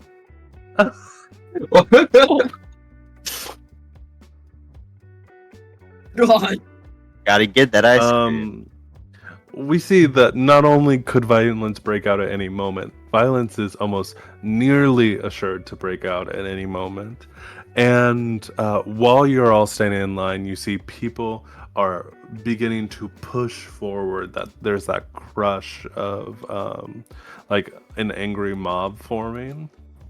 At which point you see there is a young man. He has a beautiful, dazzling smile, well-fitted chinos, and he is wearing the Janie Neighborhood Market polo shirt. He comes racing out with a pallet that is full of the dream. And for a quick second, it looks like people might swarm him. But he is shortly followed by a deputy from town who has her black hair pinned up under her deputy's cap, aviators, and she looks like she could absolutely fuck anyone up who tries her. He begins to load them up into the back of the truck, and you see that everyone starts to simmer down just a little bit, but it's still right there. And you're standing here in line. What would you all like to do as you're here in line?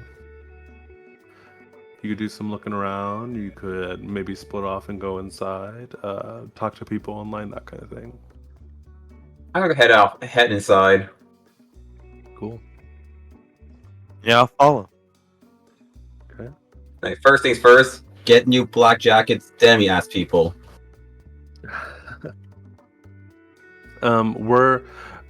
Is anyone else gonna go inside? Yeah, I think Lizzie's gonna follow the two and kind of keep an eye on the deputy as she's walking past. Can I Totally. take Peaches inside? I'm gonna say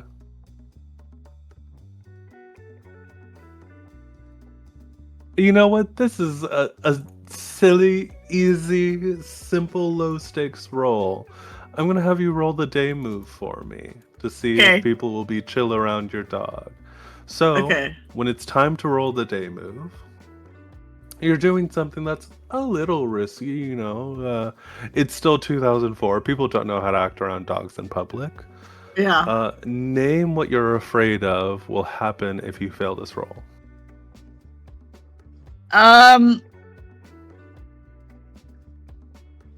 Peaches can't come in, and I won't be able to. Also, I won't be able to go in because I'm not leaving Peaches alone. But also, in addition to that, I won't be able to make sure everyone gets their own pint of ice cream, so you don't need the one I'm holding right now. Totally. I'm gonna say roll the day move with composure. Okay. I don't actually know what this looks like. You don't have advantage or disadvantage. You'll switch to composure. So it's 2d6 plus my composure, which is what? Mm-hmm. Does this work? Oh, you could do it like that. Yeah. Yeah. On an 11, you see that there is so on an 11, a 10 plus, you do exactly what you intended, or hold steady. Describe what it looks like. What here indicates that dogs are very much welcome inside Janie's. There's a sign outside that said, "Furry friends welcome." Perfect. And Timbo, are you remaining outside? Yeah, Artemis is he's gonna stay in the line for the ice cream as he sees the others going in. He says the Griffin will remain perched outside. I want to see if there's gonna be any change. This is the same ice cream or the same dream as the stuff we Totally. got before. The Griffin will remain what?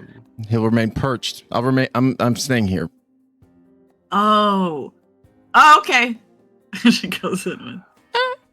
We'll come to the people inside in just a moment, but we'll stay out here for a second. While you were out here, Artemis, you know what? You're waiting here in line. I would also love if you could give me the day move with composure. What do you think will go wrong if you fail to sort of... Actually, I'll let you do sensitivity. That'll be interesting and funny. Because this is a sort of odd situation. And the situation still feels very heated, right? Yeah, it's still very heated, and there's definitely something going on here. Okay. Well, Artemis also, he's definitely has like a camera out and he's taking some video footage as well. He's taping as he kind of is wont to do while out in public. That's great. Give me the meddling move instead of the day move. Meddling move. Okay. Yeah, and you don't have to tell me what'll go wrong because this is the meddling move. Oh, fantastic.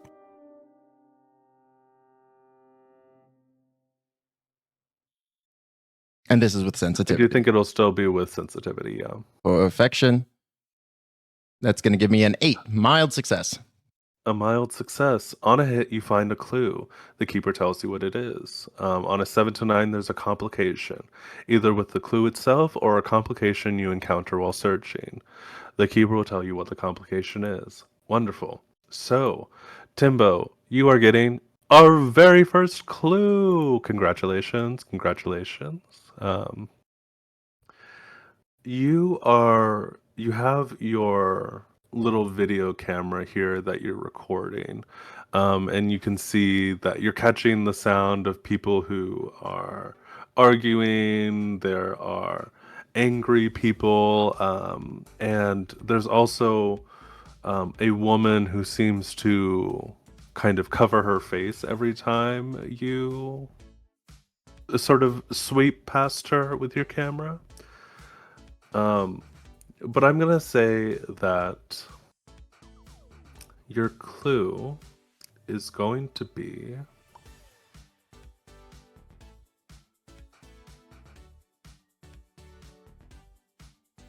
someone is walking away from the food truck. And it's a mom who's here with her kids, and they're like begging to dig in. She just happens to have spoons in her purse for this very occasion, and scoops out a large dollop of the dream for each of her children and passes off the spoons. You see, what you catch in your camera is that one of them, the dream falls off their spoon. And when it hits the ground, for a really brief moment, you see that the shape that it forms on the ground is a unicursal hexagram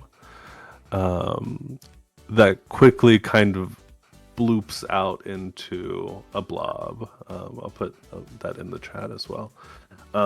This is not something that you will catch on your first watch. It's only later when you're rewatching the video that you see that this weird shape appeared on the ground for a brief second.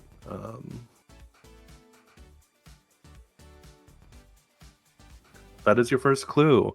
When it is dribbled out on the floor, the dream forms some kind of symbol.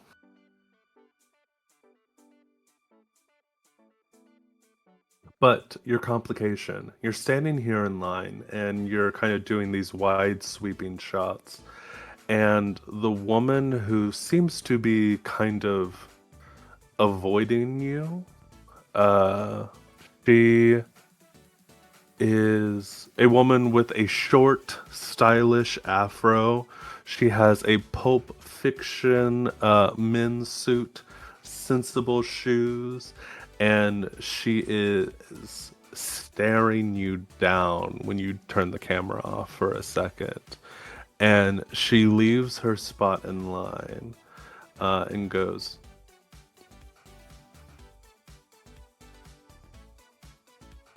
"Listen, what's it going to take for me to buy that tape out of your camera?"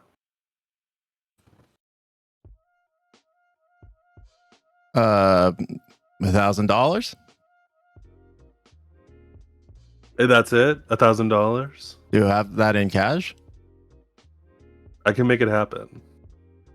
I'm just saying that I would appreciate if I weren't on camera. I'm not supposed to be here right now. Oh, I'm not going to show this to anybody or upload it or anything. This is just, I'm just touristic. And she kind of leans in and goes, okay. If you're cool, then we're cool.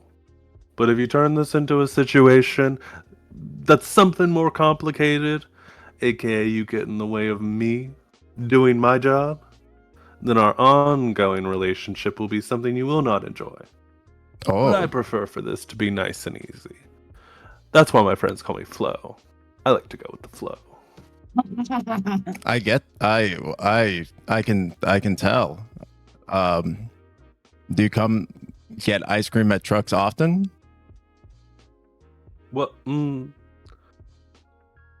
I'm going to avoid that question and say, I don't come.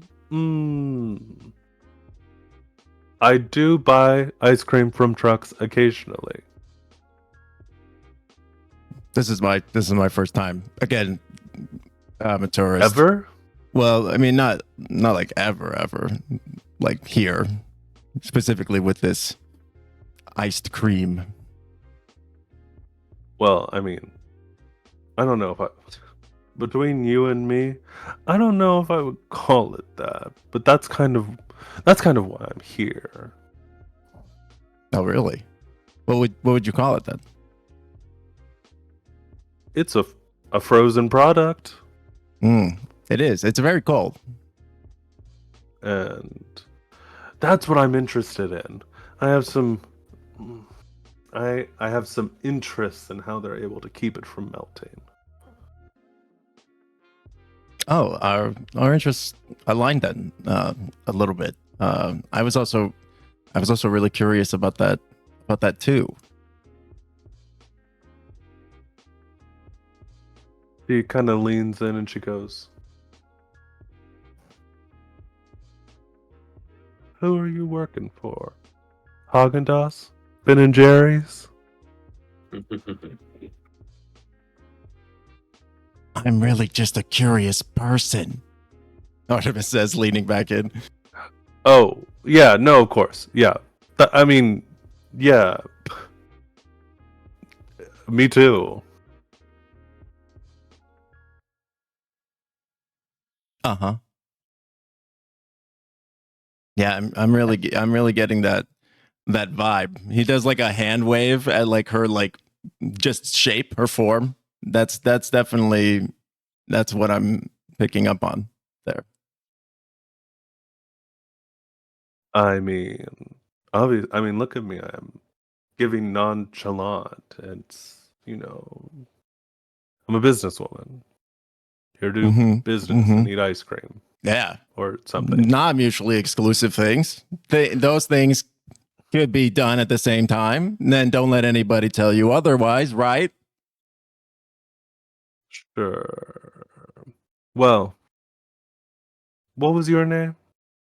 My name, it's Griffin. Kaka. Well, Oh my god.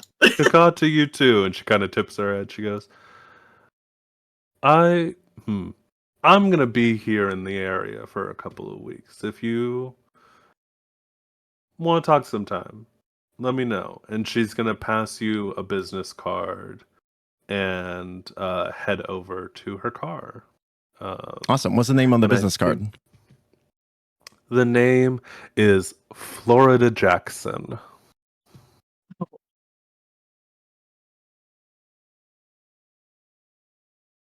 It doesn't have any Beautiful. details about, like, it doesn't say, businesswoman, doesn't say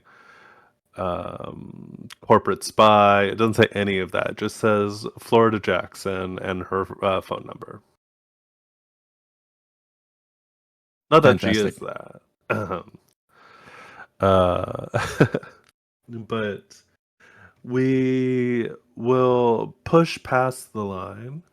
And once we are inside, we see, with our 4 friends and Peaches, of course, we see brightly lit aisles, the cold, flat smell of packaged and uncooked food. A cardboard standee of Hampton the Pig greets you when you walk in. Janie's is the only grocery store in La Fresca and serves all the nearby towns, including Deep Lake. One whole section of the store is currently awash in white and pink, a soon-to-be pop-up shop for the dream. What sort of marketing items do you see, and what about them is unnerving to you? A smiling ice cream man on the poster, holding the dream. It looks normal, but something's off about his smile. And they got a clown handing out the smallest of free samples. Okay. I think we all know what's wrong with this picture. We could have had one game without clowns. No, I'm kidding. I mean, what's the clown doing? He's not doing anything weird. He's just standing there, menacingly. Menacingly. Come on, guys. It's just clowning around. But, This man. I think what's unnerving to Lizzie is just the sheer amount of space that it's taking up, like the pop-up shop is going to take up, because of the, she kind of dabbles in psychology a bit. Like the whole planogram thing, like psychology and marketing, rather. How retailers will use a planogram. There's only so much shelf space. It's like to see just how much the space it takes up. It doesn't feel right. especially if the services the entire area. So that just means that there's that much less space to fit all the other product.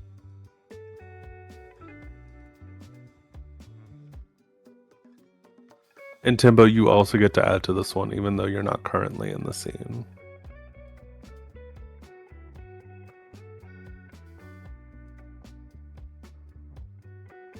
I'm sorry, can you pitch the question again? Absolutely. One whole section of the store is currently awash in white and pink, a soon-to-be pop-up shop for the dream. What sorts of marketing items do you see, and what about them is unnerving to you?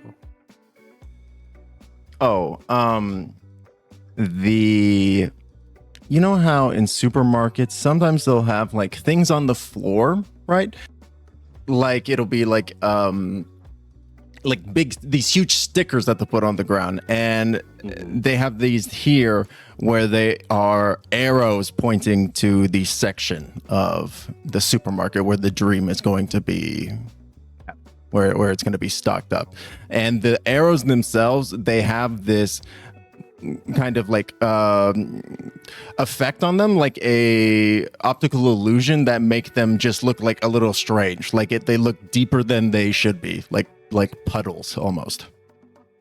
Mm.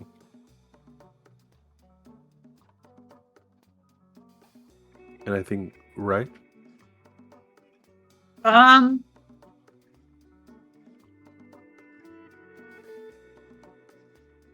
think that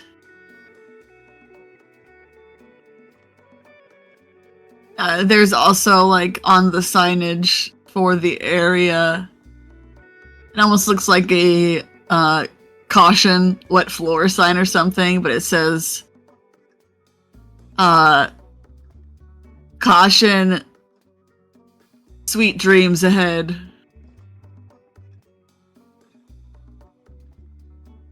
I love that. As the four of you and Peaches head into the store, you see, of course, this giant pop-up shop, but there are a number of people who are all here just doing grocery shopping.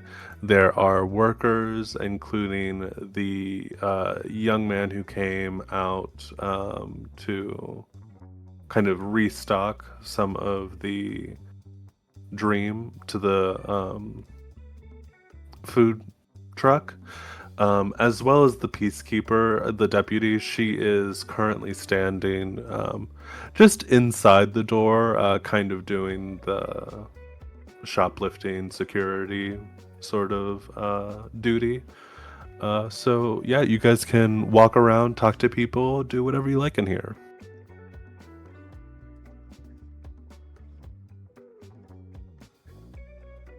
I'm getting us some frozen pizzas to eat up and watch while we're watching the tape tonight. Cool. I'm gonna find a clothes store. Okay. The dog eye. Okay, perfect. Mhm. I think after making sure that there's at least some essentials in the cart, I think she'll want to talk to, I guess, the man doing the restocking. See if she can get a quick word in, even though he's quite busy. Absolutely. We're all gonna split the party in this grocery store, and I love that. That feels like one of the silliest things I've ever said, and it's so exciting. Vinny, you said that you were going to get clothes. Yeah, get clothes and Okay, ask one of the clerks, do you know anything about the store or the dream? Cool. So we'll just go down that list. Druid. So we see as... Sorry, just marking some things real quick. We see Dallas heading down the frozen food section, grabbing pizzas, that kind of thing. And you see that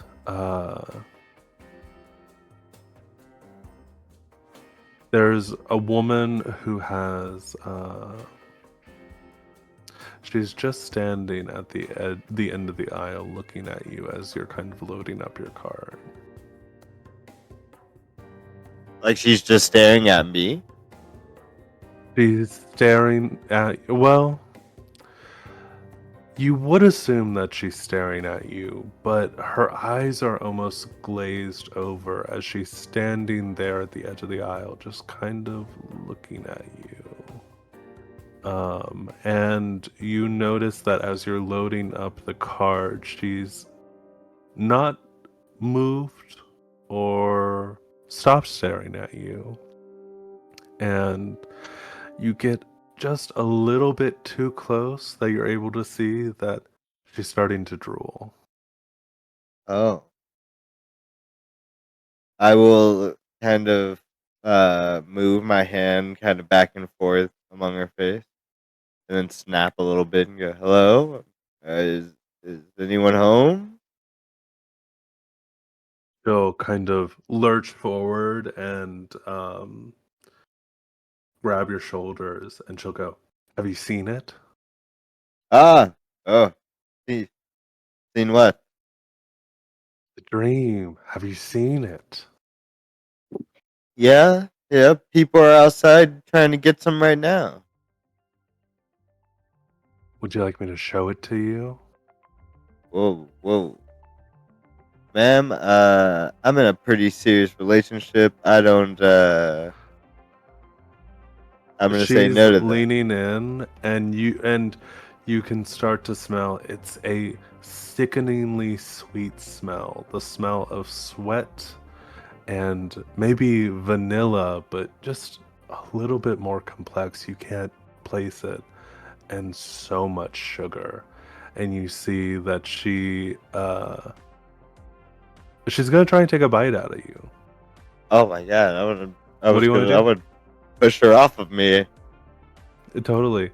I want to It's the push her middle of the into one daytime, of but the you have like someone things. attacking you in the middle of a grocery store. Could you roll the night move with composure? Okay. What do you think will go wrong if you Um, fail? I think it's going to like the people are only gonna see me pushing this lady, and not the fact that she's actively trying to attack me. They're gonna think that I'm attacking some random lady in the store. I'll say this. It's worse. If you Oh, fail, they're gonna see you attacking this old lady, and they're not even gonna notice when she bites the shit out of you. oh no. Um, Okay. All but yeah, right. give me that night move. You said composure. hmm Or vitality. I think that would be okay too. You're kind of trying to deal. Yeah, let's go with vitality. You gotta get out Oh, of the I situation. was okay with composure. What are you doing to kind of get away from her? That'll be our deciding factor. Um, Mm. I'm trying to get her like pushed into one of the open freezer doors. Okay, I think that's gonna be vitality. All right.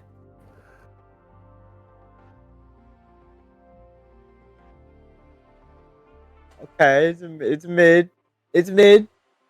All right. So, on a night move, on a 7 to 9, you do what you intend or you hold steady, but there's a complication or cost. The keyword describes what it looks like. You see that you go to kind of push this woman into one of the open freezers and make a getaway for it. And at the last minute, as the door is kind of closing, she bites down on your hand, and you see that, like, as you're running away, you see that there's almost this like thick white saliva caked into the bite as you're running. Um, what I'll say is this: I'll make you an offer. This isn't really an off the table, like a new offer, just reminding you. Oh. As you're running, you can decide to turn a key, and we'll bump this from a mid success up to a complete success. And you'll get to kind of rewind time a little bit, slam her in the fridge, and run away. Okay. Okay. Um. You don't have to, but I just wanted to offer that as like this is our first kind of big complication. Nah. I'll take it. Um, I'll take it. are you sure? Yeah. Yeah. Let's Would you like do. to mark Oh, another key of the child or the first key of desolation? oh, you pick out of both of them. So you can pick any of the key of the child, or you would pick the sandstone arch. Yeah. You know what? I'll do the first key of desolation. Absolutely. Fuck yeah. So we see time rewind back a little bit, and you are able to shove this woman out of the way and into the freezer. And right before you kind of slam the door shut, there's just a brief moment where the scene cuts away, and we see in the desert there's this ruin. Some sort of building used to be here, but it's long gone, worn away by time.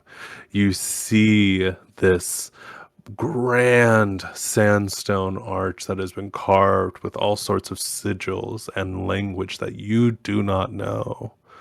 And for a second, we just see the silhouette of Dallas there in the arch. And the door slams shut, and you are running back down the aisle. We'll move on to, I believe next in the order was Vinny. Isaiah is heading towards the clothing section. What are you looking for today? Like a black leather jacket, like the one I have right now. Check for my size. Absolutely. I pick them up. Try to find some cool jeans also, like a little ripped. Like, You're Not ripped walking enough. around, and it's a pretty quiet store right now. There are so many people who are in line outside who probably should be doing their grocery shopping.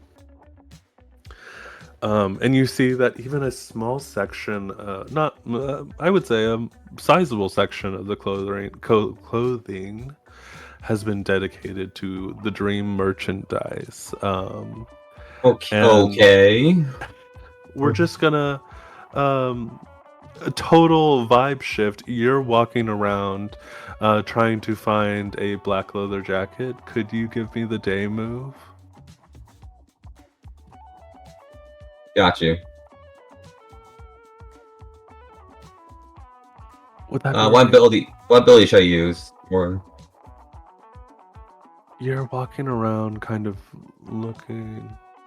Yeah, let's do a day move. Let's go with composure. This is simple. You're just trying to kind of keep a cool head as you're walking around here. wow, What do you think will go wrong if you fail this roll? he will not find the shirt he needs, the jacket he needs. He will find it, but it's not his size. And unfortunately, you did get a great success, so we don't even have to worry about that. You are looking through, and there are pink and brown and cream colored shirts. There's even this kind of disgustingly neon pink monstrosity of a leather jacket. But thankfully, next to it, you find what you're looking for. And as you kind of pull it away, you see that in the rack behind it, there's a young woman who is cowering, hiding in the rack of clothes. I go close over and say, "Ma'am, you okay?" Sorry, I just came in for a normal shift today, and everyone's acting so weird. I saw someone. I swear it looked like there was someone who they had. I don't know. They had this weird look in their eye, and I think they were following me. What? Following you? Yeah, like, we get a lot of people here in the store, and every once in a while there's a creep who just kind of, I don't know, follows me around. But this was different. It was like, it, I was afraid she was gonna hurt me. What kind of look she had? Was she like? Was she like on like off her head? Was like trying to scream and ask for a manager or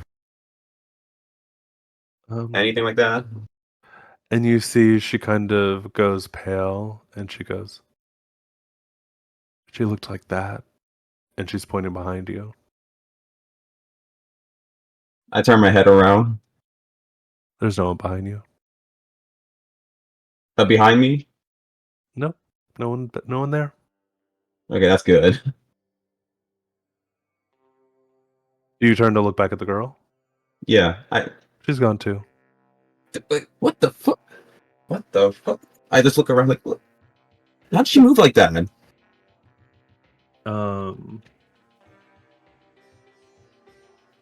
Yeah, and Okay. we're moving a little bit quickly through the day phase because I want to get us through our night phase. So I'm gonna say for today, we're gonna call that one for you, Vinny. You get a cool jacket, and a weird scary girl is scared.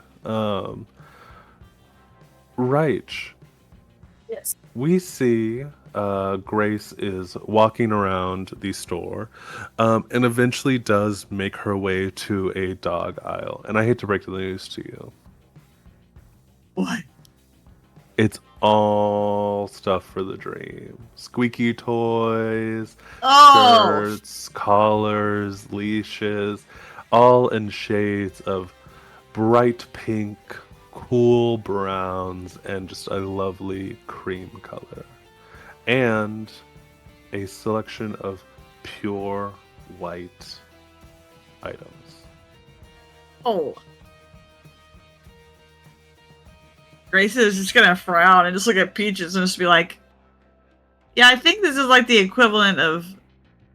Man, I was gonna make a reference from today. I think she's gonna say, "I think this is, too much sugar for you." Probably. And I imagine she still has the pint in her hand. Totally. Still eating it. While you are standing here, I think that Peaches kind of starts sniffing around, and she does move over towards a little set of toys that is like further back in the aisle. Okay. And starts I'm gonna sniffing follow it. her. Yeah, I'm gonna check it out. Could you roll the meddling move for me? And I think sensitivity again. Okay. Right, let me see. You said the meddling move? There it is. Okay. Mm-hmm. Alright. With sensitivity, so that's +1. Alright. Come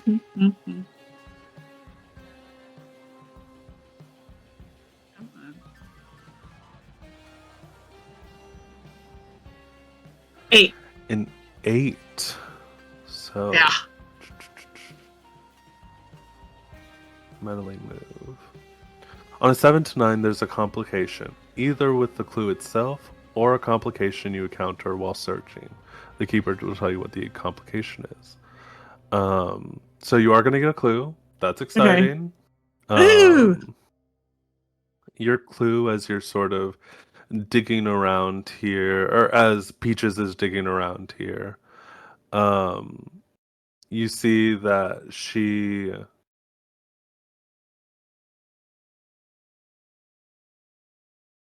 pulls out a toy, and it's just a little ice cream cone with a little like smiley face on it. Huh? And what you notice is down on the bottom of it, where it would say like the made in, Yeah. it just says made in Roswell, New Mexico. Oh.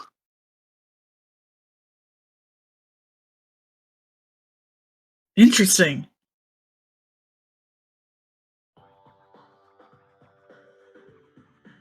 And we're gonna keep on moving. Grims, you are still here at this big pop-up shop. It's unnerving, it's quiet. Despite not being open, there's already a clown here serving up free samples. And you do also see this young man. He's maybe, I keep saying young, he's maybe like 28 or so. But you see he has a dazzling smile as he turns to look at you and says, "Oh, hi, I'm sorry, is there something I can help you with?" Oh, I was just kind of seeing if you were okay. That looked pretty intense out there. Then again, I don't. Ice cream fans kind of creep me out, but that's neither here nor there. Definitely. I don't think we've ever had crowds like this. I just talked to a couple who drove all the way from Albuquerque to get their hands on the dream. Isn't that wild? Business is definitely booming, though. I wish some people would buy other stuff too. Would it kill them? Do you know, add vegetables or just any kind of other food to their cart? People are just coming here just for the dream, not even a single vegetable? Well, I mean, and he kind of looks at your cart and he's like, there's some people who it would seem are still buying regular groceries, but no, I think most people are still staying outside with the food truck. We haven't brought them into the store yet because there's like a rollout schedule we have to follow, but yeah, it's been a lot. People come in mostly just for the merch and leave. Oh wow, and I thought I was among the many for just getting a pint of Haagen-Dazs. Seems like we're few and far between, right? Yeah.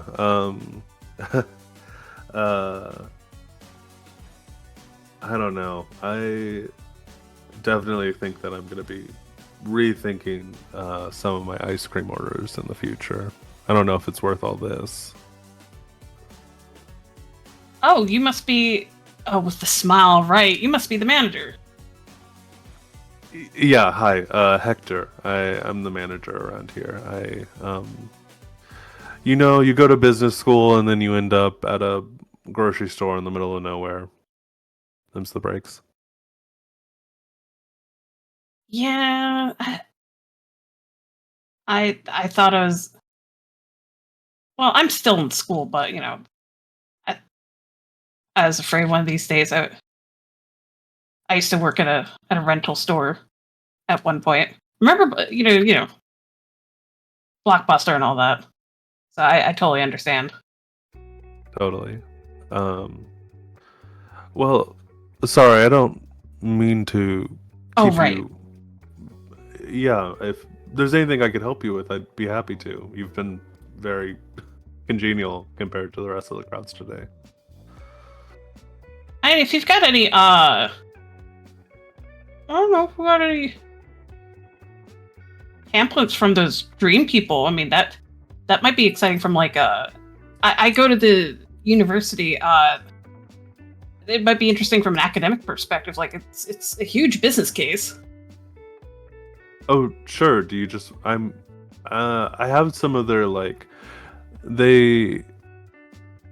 It's weird because they are really sticking to the new white flavor, but I have some of their like old ads from back in the day if you wanted that. Sure. My name's Lizzie, by the way. Nice to meet you. Yeah, Lizzie, absolutely. Yeah, if you want to come to the office, I can go grab that for you. Yeah, sure. I'll come with. I'll send you a little screenshot of this, Grims. You got a free poster. Free poster. But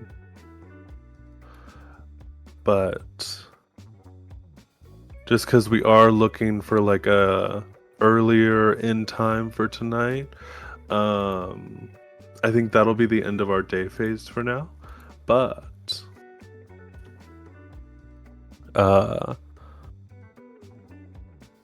I think you all eventually make your way back out to the car. And I'll say, Timbo, could you roll me one more check? This is going to be our last day move for now. Could you give me a day move with sensitivity to try and secure yourself a quart-sized carton of the dream? What do you think will go wrong if you fail? I think that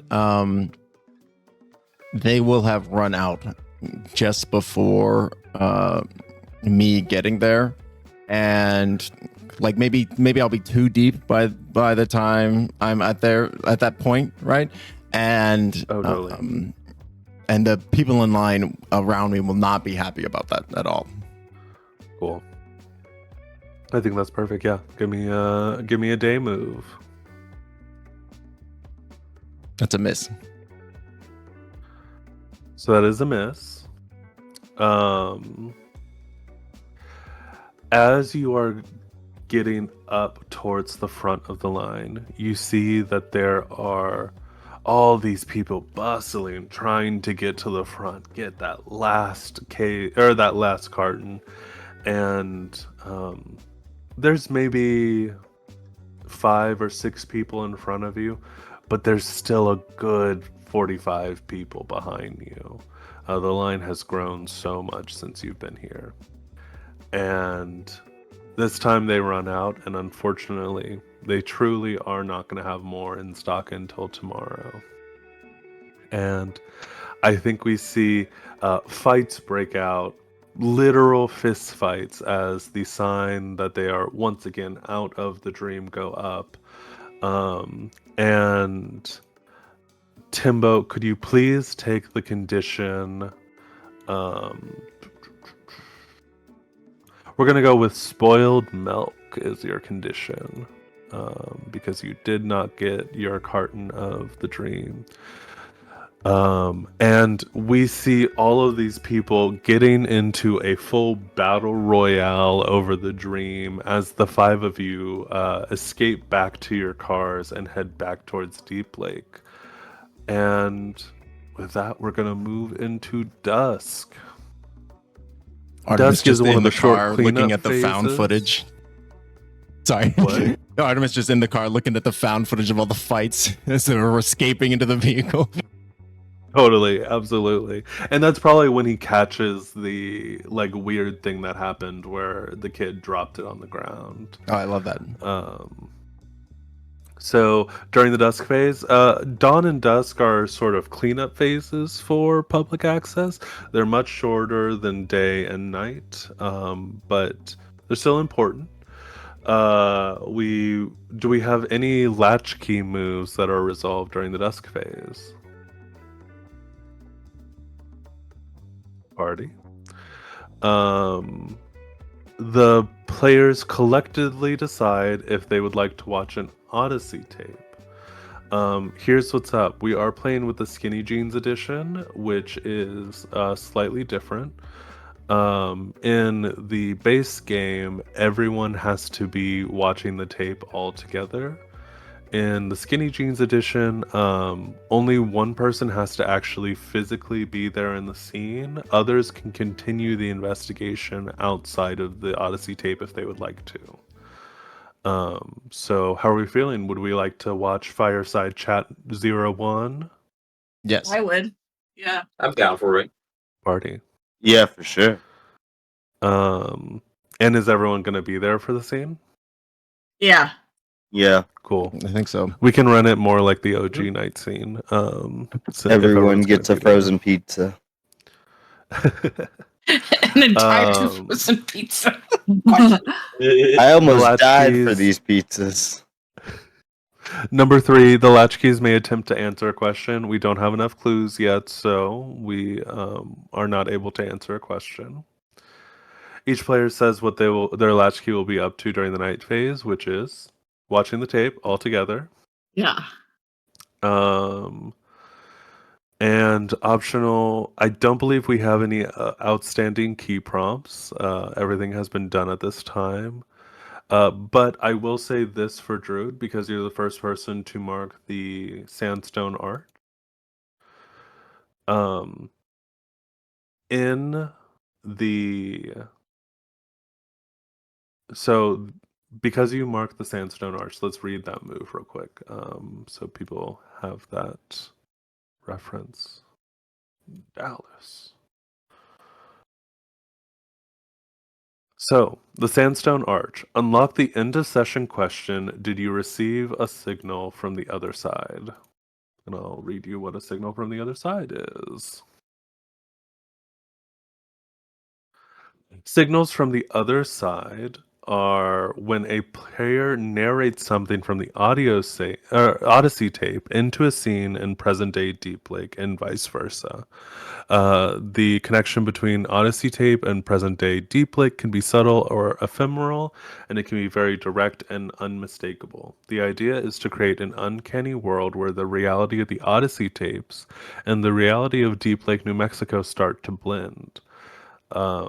Some examples of receiving a signal from the other side. So during an Odyssey tape, Ollie describes a kid riding a bright red bicycle. Later, while describing how her latchkey breaks into the house on Escondido Street, Susanna describes her latchkey moving a rusty red bicycle out of the way. The rusty red bicycle is a signal from the other side, and Susanna would get to answer that Dawn question affirmatively. Essentially, a bunch of things have happened in the day phase already.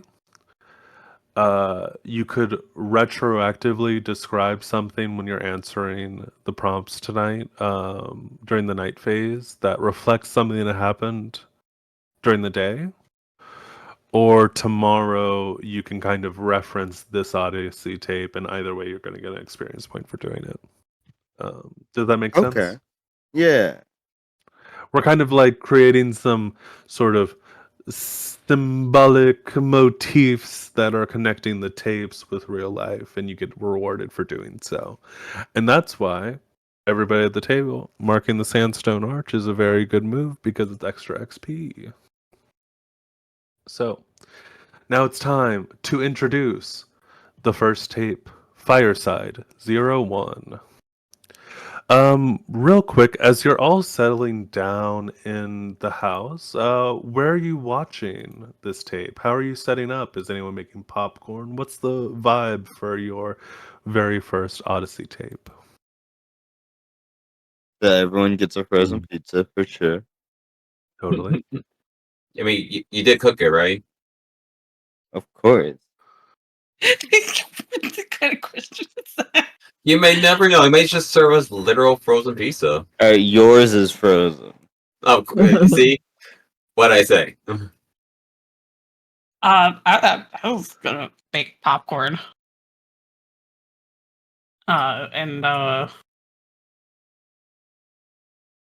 yeah, kind of get comfortable. I think do we have like an entertainment space with like a bunch of chairs and couches and stuff?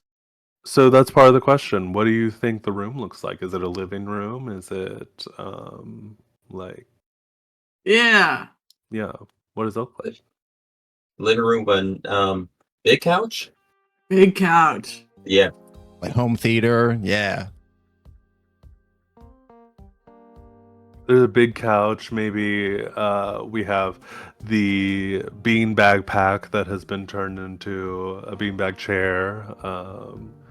And we see everyone gathering with their food as one of you steps up to the TV and places this VHS tape.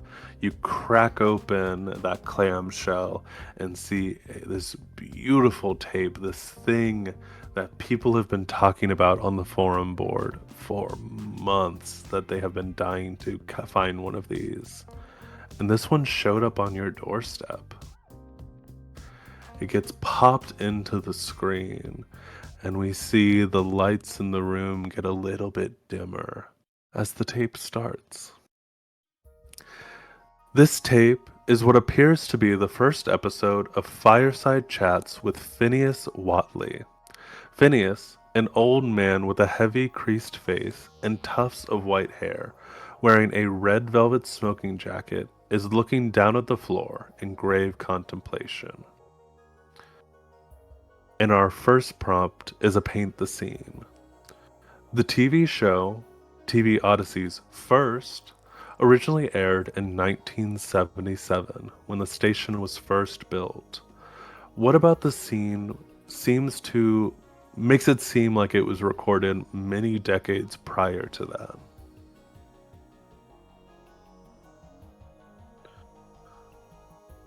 Oh.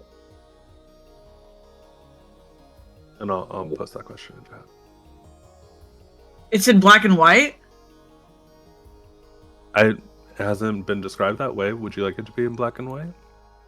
Oh, I thought you were asking for us to answer.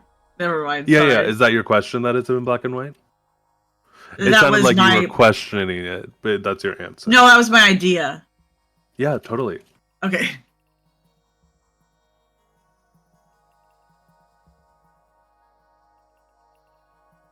I want to ask, like the background. What does the background looks like? That's for you to describe. Probably something old, right? Yeah.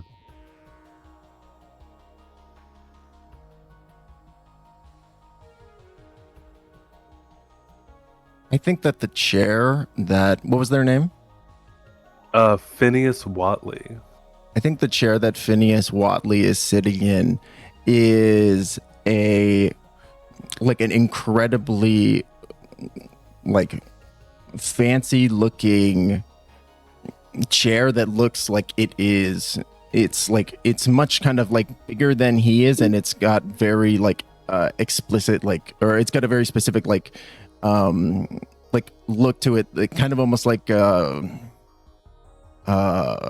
I want to say French Baroque almost. It looks really fancy and old, it's really out of place. Let me see if I can find a picture of what I'm talking about. Kind of like a wingback chair, Yeah, but kind of a lot of filigree happening. yes, and upholstery with large buttons. Mm.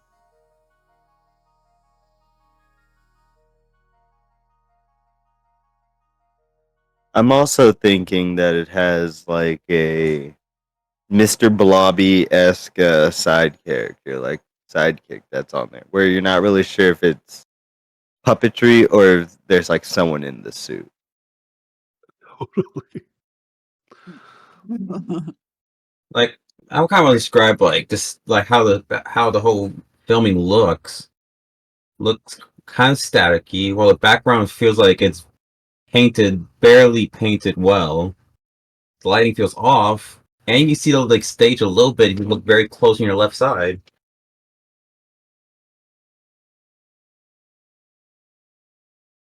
And I think he's got a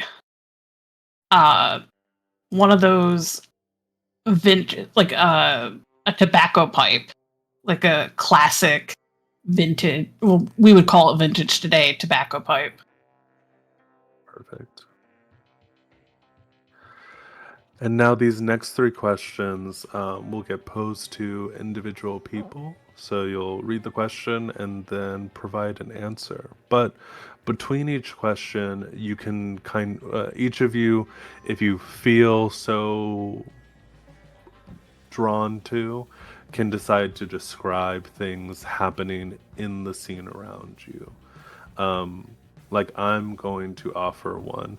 As you are all sitting here watching this very old, distorted, grainy footage of this man sitting in this chair with this awful creature standing next to him, we see kind of hands reaching down towards the popcorn, reaching towards pizza, and those shots themselves become grainy and start to get drawn, color is getting drawn out of the shot until what we see of the Latchkeys is fully in black and white. So if you want to add things like that to the scene between questions, you absolutely can. Okay. All right. Ooh, can I ask a question? Sure. Is anybody eating the dream? I think I probably would have finished mine. Probably. Yeah, we weren't able to really get any from the other thing. So Yeah, I'm gonna Never say you mind. probably don't have the dream. You could have ice cream, but none of you were Mm. lucky enough to snag some of the dream. There's Haagen-Dazs.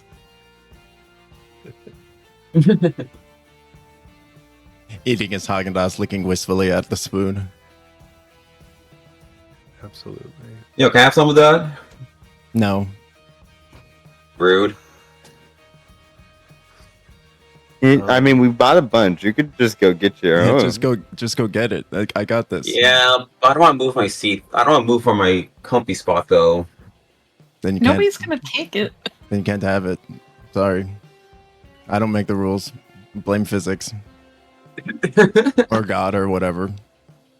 And I'll say, question number 2.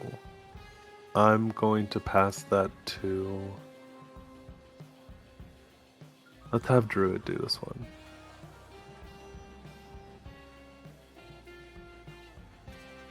Where's question number 5 again? Oh, sorry. I'm looking at a document right now. I'm looking at the Google Doc I sent you guys. I'll put it in the voice chat. And just to help you guys prepare, let's have Grims. Can you please do question 3? And we'll have Reich do question 4. So when you're ready, Druid, just read out question 2.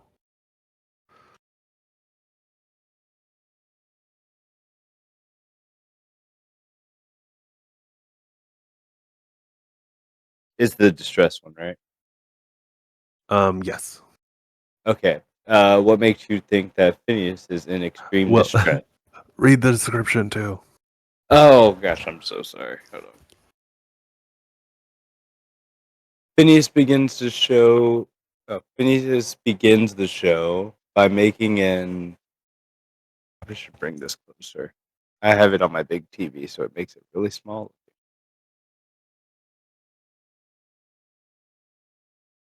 There you go. Okay.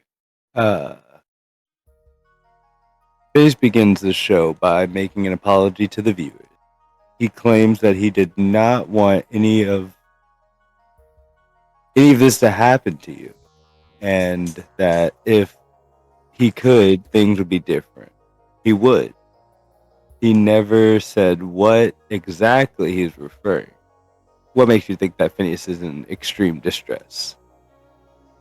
I think his eyes are like bloodshot. He keeps looking off to the side of the screen, and maybe at like an exit or something where people could barge in, and he's just shaking.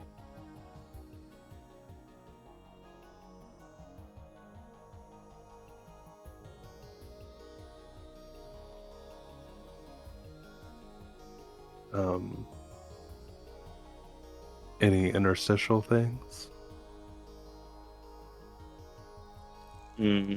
I think maybe it would the show would kind of cut to a technical difficulty screen, but then cut back, and he's like, "I'm not he would keep going, kind of like they were trying to turn him off."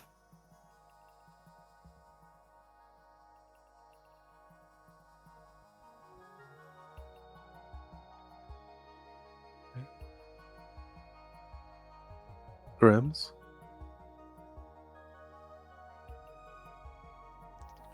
As we watch the tape, Lizzie realizes that Phineas looks just like someone she knows from back home, an everyday acquaintance she shares pleasantries with. Who is it? I was thinking that perhaps it would be one of her professors, or maybe even her mentor at the university. What do we see on Lizzie's face when she has that recognition? I think her eyes kind of widen, and I think she has like this like scrunched eyebrows, and she like recalls part of a lecture she heard, and it's in a very similar cadence of voice, like of tone.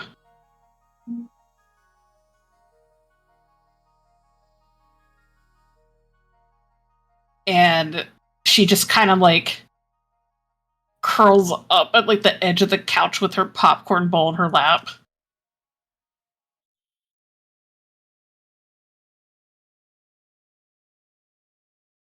And I think that's when, as far as like interstitial things, maybe that's when she starts seeing static over the scene.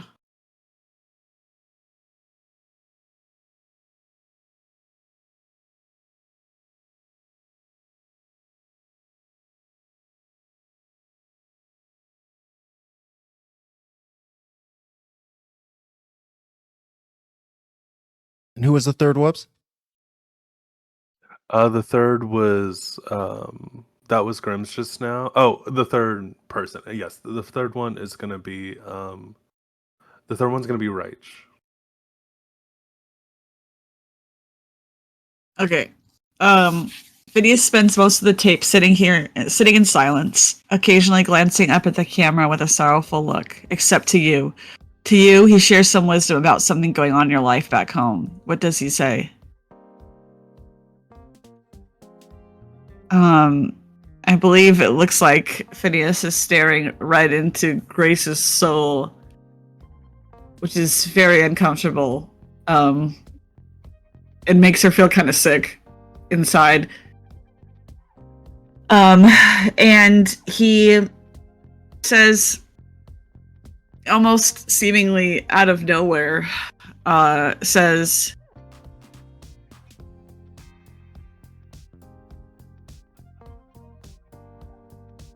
everyone's directions are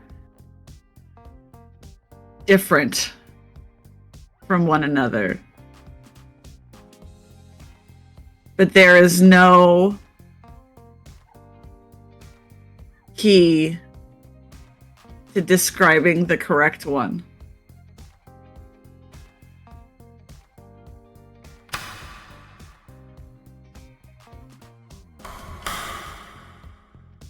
And we see as this tape eventually gets to the end of it, and the room goes dark for a second as you hear the sound of the VCR begins auto rewinding the tape. You know, be kind, rewind. And we will move away as we end the session with a stinger.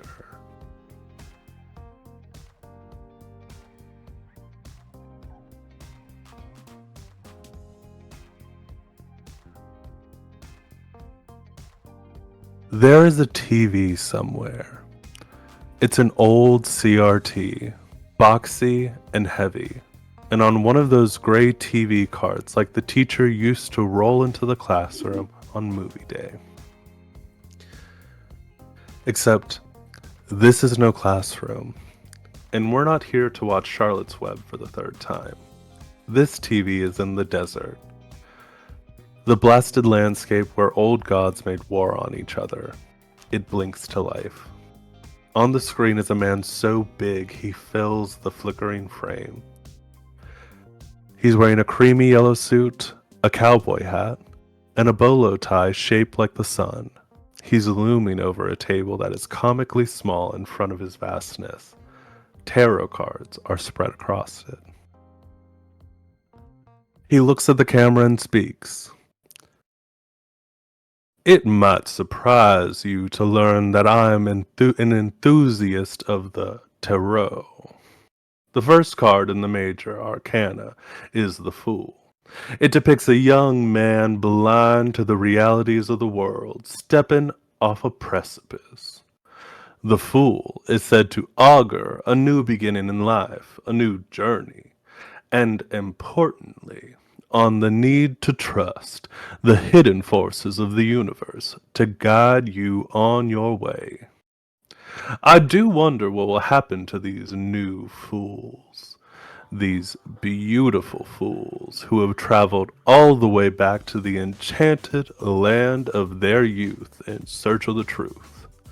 What will happen now that they have stepped off the precipice? Will the universe set them down gently, or will they simply plummet into oblivion?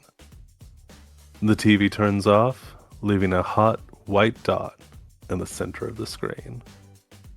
And that's where we're going to end tonight's session.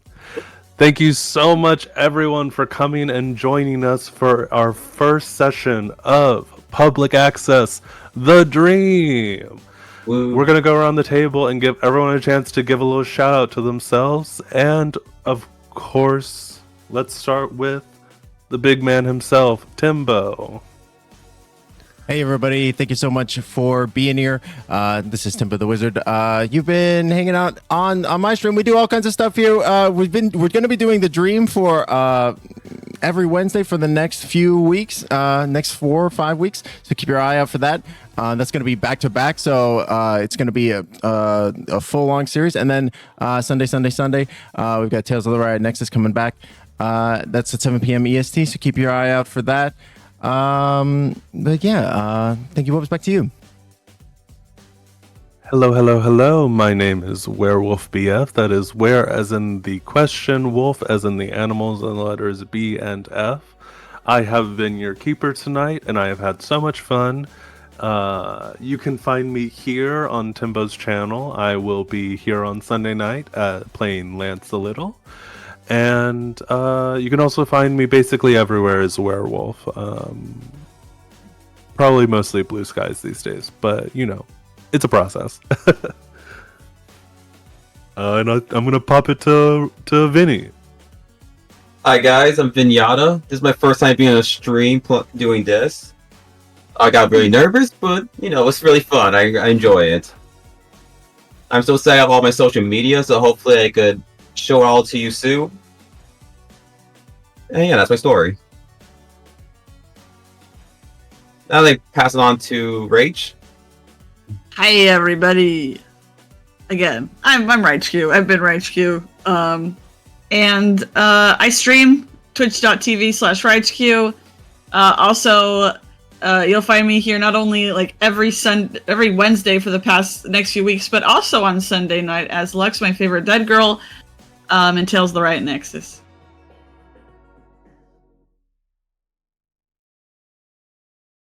Pop it to someone. Grims.